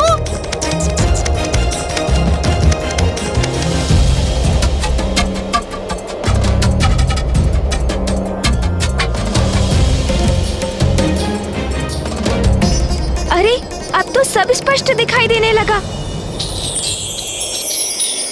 कितना सुंदर दृश्य है।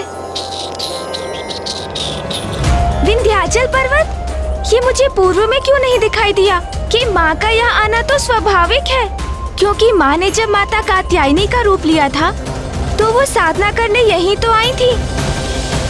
मूषक जी, माताएं नीचे उतर रही हैं, अब हमें भी उनके पीछे जाना चाहिए। उचित है प्रभु।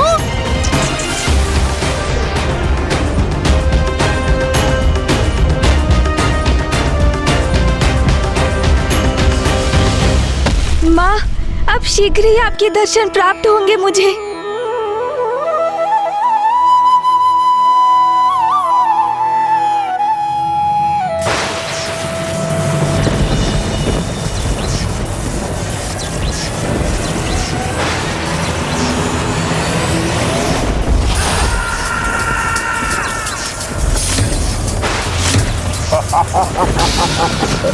भ्रातामुंड, कितना आनंद आ रहा है इन स्तब्ध और आतंकित देव प्रहरियों को देखकर।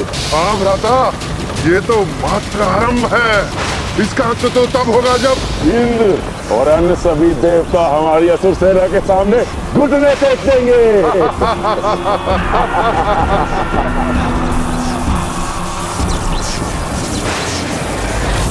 लो पुत्र गणेश, हम तुम्हें तुम्हारी माता के समीप ले आए।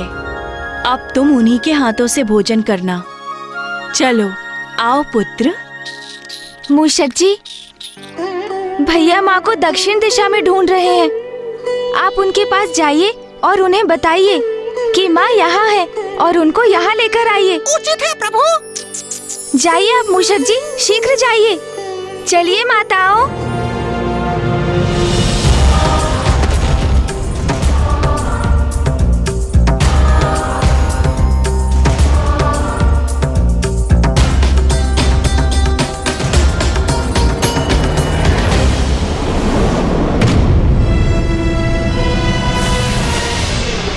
ये क्या? ये तो जैसे योगिनी माता इस पार से उस पार चले गई। ओह, प्रतीत होता है यहाँ ये अदृश्य द्वार है। माँ अवश्य उसकी दूसरी ओर होंगी, अर्थात बस कुछ ही क्षणों में मैं माँ के निकट पहुँच जाऊंगा।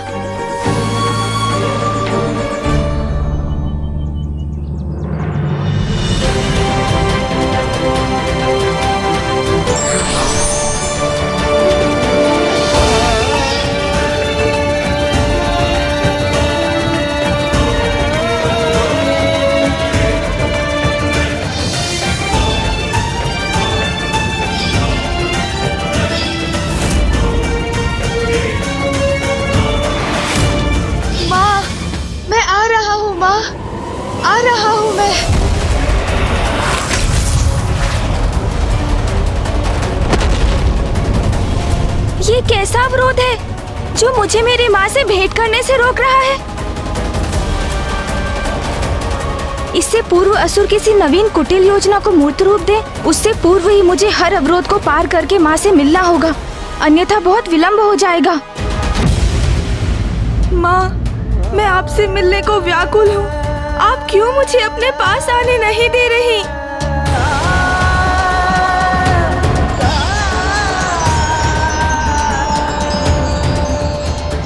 मैंने तो अभी योगिनी माताओं को यहीं से आगे जाते देखा था, फिर मैं क्यों नहीं आगे जा पा रहा हूँ? मैं पुनः प्रयत्न करता हूँ।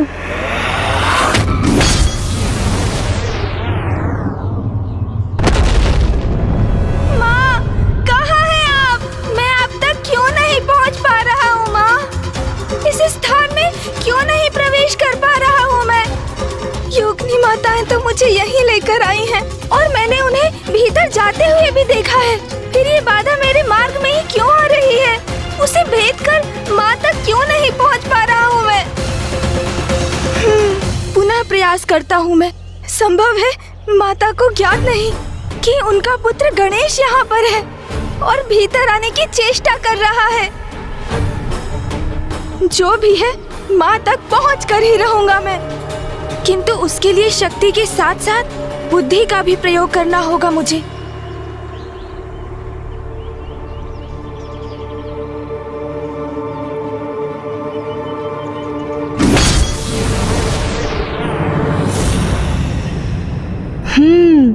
यही है वो अदृश्य बाधा।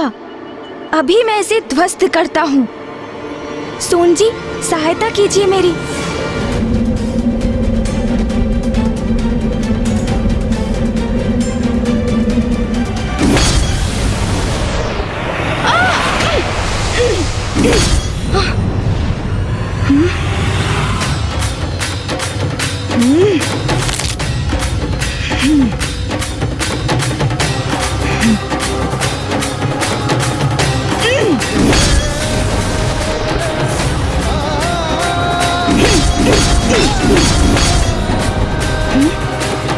पुनः प्रयत्न करता हूँ।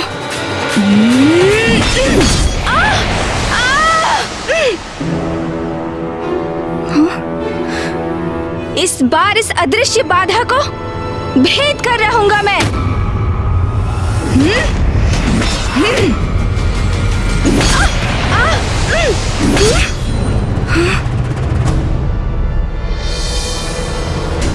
माँ, माँ, मैं आपका पुत्र गणेश हूँ, किंतु मैं भीतर क्यों नहीं जा पा रहा हूँ?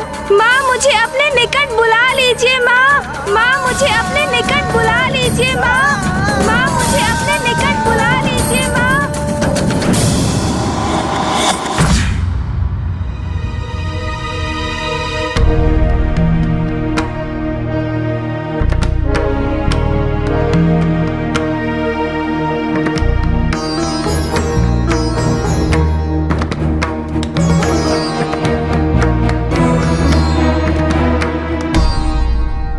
मैं बहुत लज्जित हूं देवगन। द्युत क्रीड़ा के क्षणिक आकर्षण में बहकर मैं अपना इंद्रासन, अपना पद, अपना मान, अपनी प्रतिष्ठा सब कुछ खोने जा रहा था। यहां तक कि मैंने आप सभी को महासंकट में डाल दिया था। मैं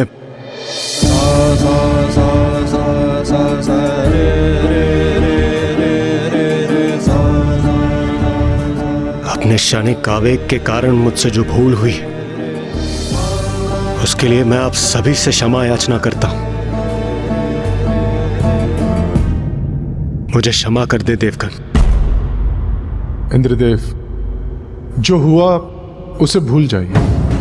हमें तो इस बात का आभारी होना चाहिए कि प्रथम पूज्य गणेश जी ने एक बार पुनः उचित समय पर आकर हमें इतने बड़े संकट से निकाल लिया। विघ्नहर्ता गणेश जी और देव सेनापति कुमार कार्तिकेय ने तो इस बार आकर हमें संकट से उबार लिया, किंतु अब असावधानी नहीं कर सकते हम। हमें असुरों के प्रति और सतर्क रहना होगा। देवराज इंद्र, मेरे विचार से हमें देव सेना को गतिशील कर किसी भी स्थिति के लिए तैयार करना होगा। हाँ इंद्रदेव, अग्निदेव उचित कह रहे हैं।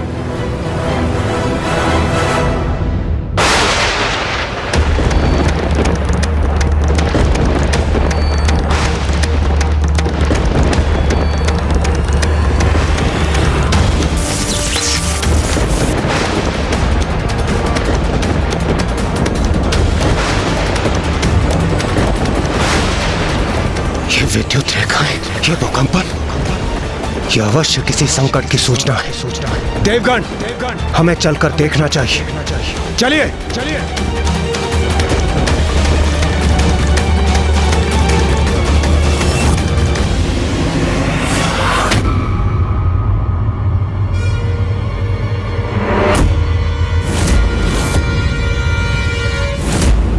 देवगण, मैंने पूर्व में ही कहा था, यह अवश्य किसी शत्रु के आगमन का संकेत है। सावधान हो जाइए।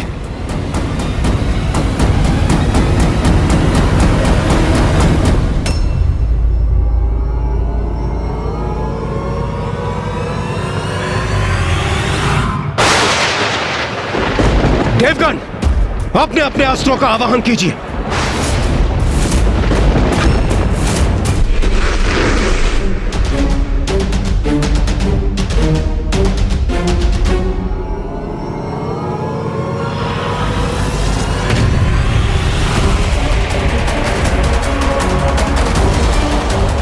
हमारे अस्त्रों को हो क्या रहा है? सूर्यदेव, अग्निदेव, वरुण देव, वायुदेव,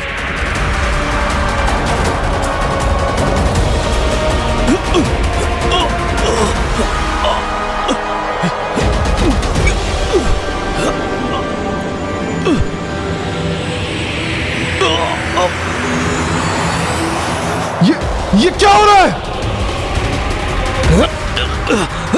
हमारे शस्त्र सीधा ऊपर कैसे जा रहे हैं?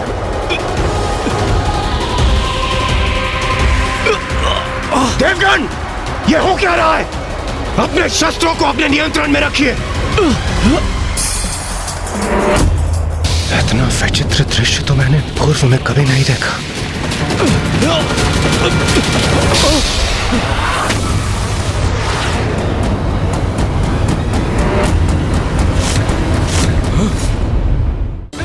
जिसे अबला समझ असुरों ने किया तिरस्कार, उसी नारी के रूप को विनायक ने किया स्वीकार।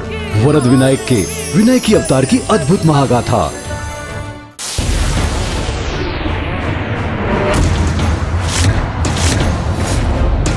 ये शस्त्र गतिशील होकर ऊपर की ओर कैसे उठ रहे हैं? क्या हो रहा है ये?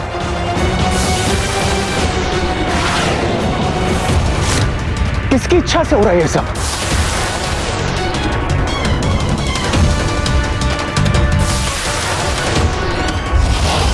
देवगण, हमारे शस्त्र एकत्रित होकर एक दूसरे से संयुक्त हो रहे हैं। ये कैसा विचित्र संकट है? ये निर्जीव शस्त्र ऊपर उठकर एकजुट कैसे हो सकते हैं? अब हमारे अस्त्र शस्त्र जीवंत हो रहे हैं। देखिए इंद्रदेव,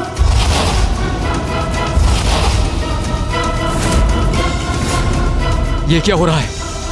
असुर सैनिकों का रूप ले रहे हैं हमारे अस्त्र शस्त्र।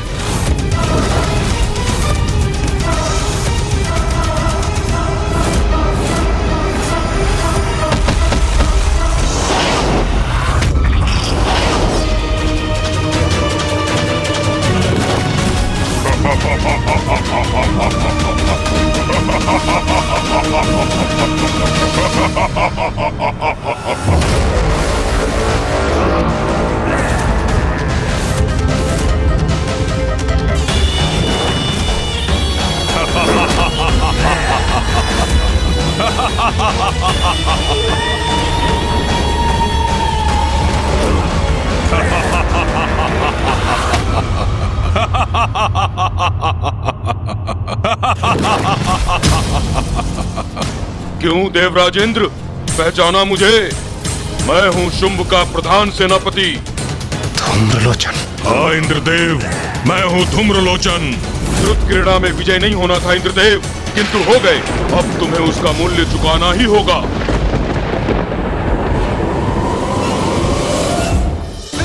जिसे अबला समझ असुरों ने किया तिरस्कार, उसी नारी के रूप को विनायक ने किया स्वीकार।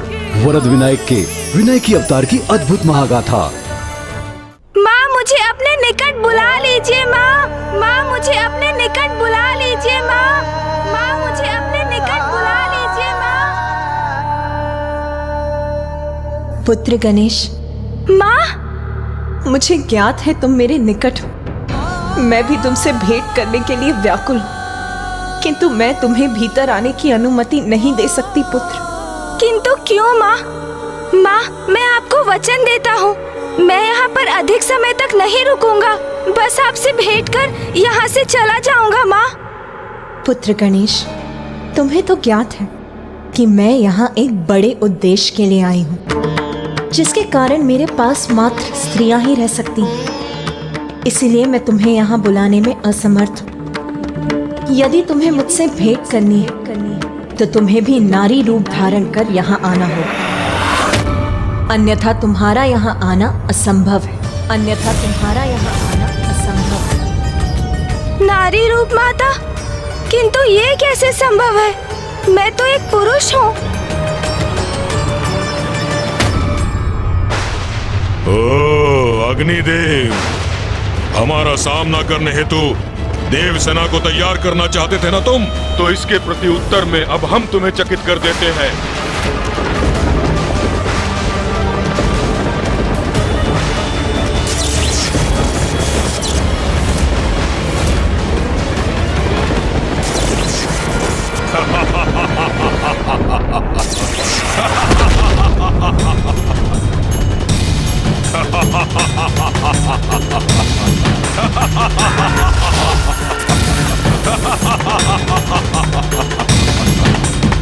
तुम देवता जो भी करते हो बहुत धीमी गति से करते हो।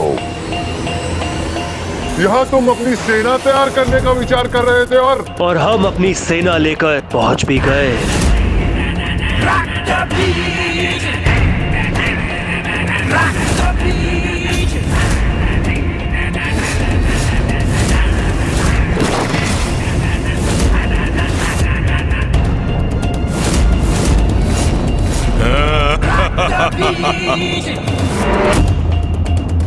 तो ये है देवराज इंद्र का राजभवन।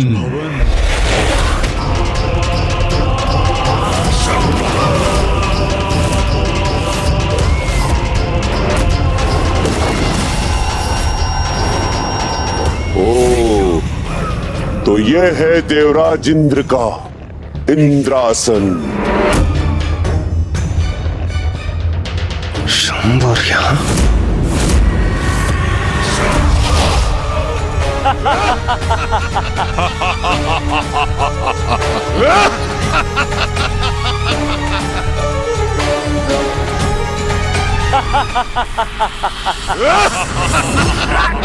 क्या हुआ इंद्रदेव? हमारी चकित कर देने वाली ये भेंट क्या तुम्हें भाई नहीं इंद्रदेव? इन दुष्टों ने हमें चारों ओर से घेर लिया है देवगण।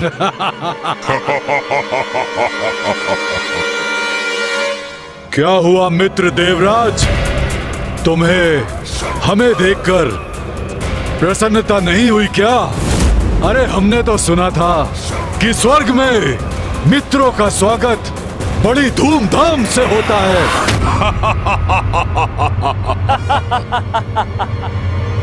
देवताओं को व्यर्थ में दोष दे रहे हैं आप भ्राता शुभ।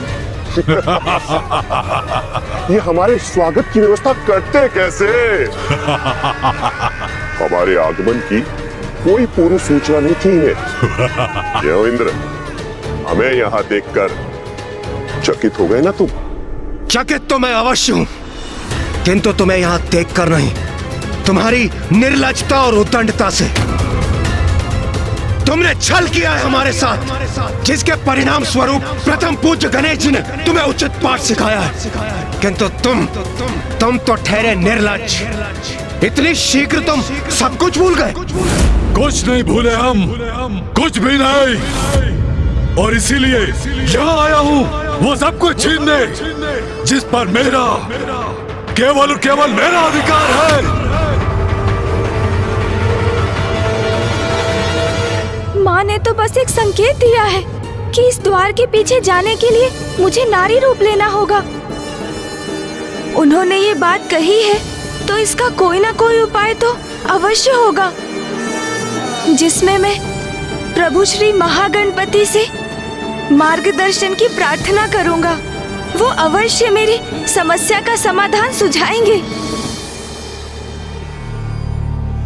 श्री महागणपति, मुझे मार्ग दिखाइए, दर्शन दीजिए प्रभु, दर्शन दीजिए।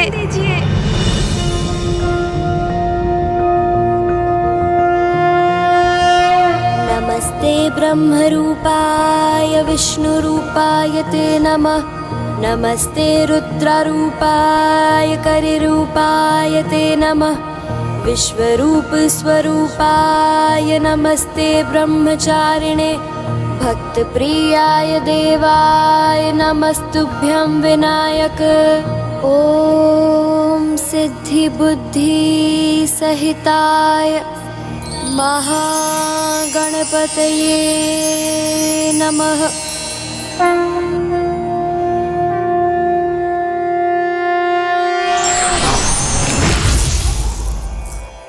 पुत्र गणेश।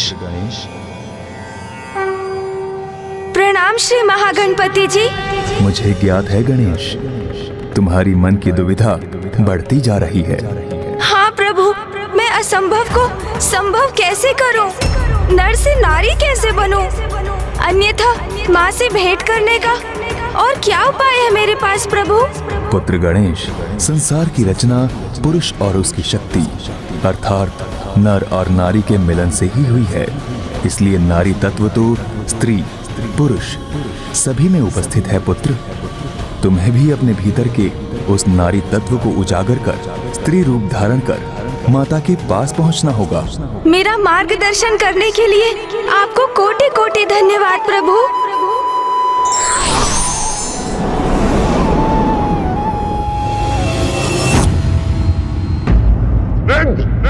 तुम्हारे मुख से छल की बात सुने क्यों हम? वो प्रसंग भूल गए तुम कि छल से हमारे भ्राता नमूची का तुमने वध किया।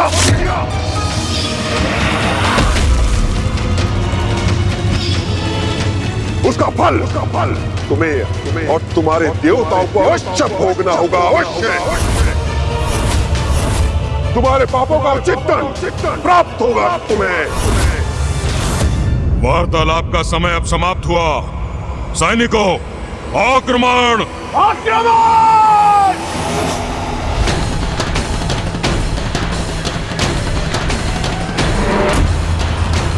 रुको!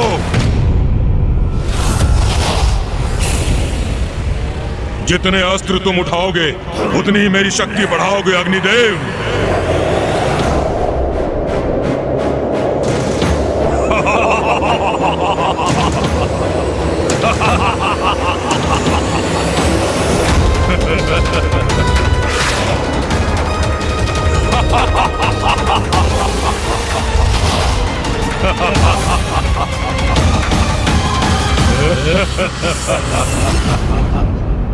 अग्निदेव, अपने विनाश के लिए तैयार हो जाओ।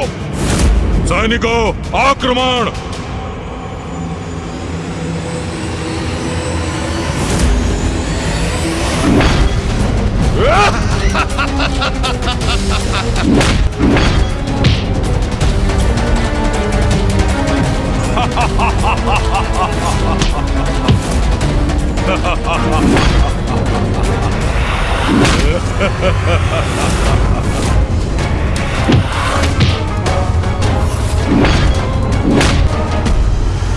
वरुण देव, मेरी शक्ति के समक्ष नहीं टिक सकोगे तुम। कौन किसके समक्ष टिकने का सामर्थ्य रखता है, यह भी ज्ञात हो जाएगा रक्तबीज।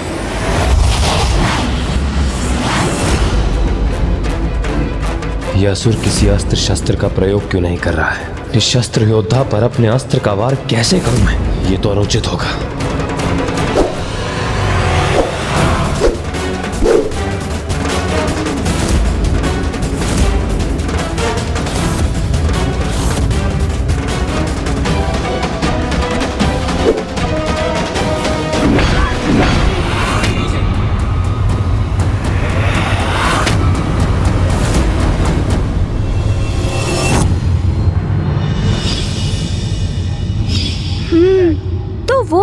नारी स्वरूप था जिसे मैंने जल में देखा था? यदि मुझे अपने भीतर छिपी नारी शक्ति को उजागर कर उसे सार्थक करना है तो मुझे उन सर्वोच्च नारी शक्ति से प्रेरणा लेनी होगी जो मेरे जीवन की स्रोत है, मेरे निकटतम है।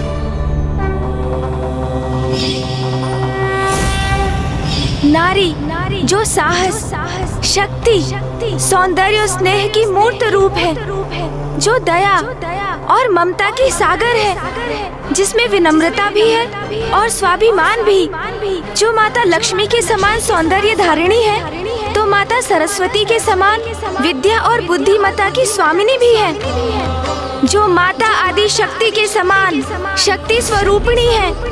आज मैं पार्वती नंदन गणेश मुझ में छिपी उसी नारी शक्ति का आवाहन करता हूँ।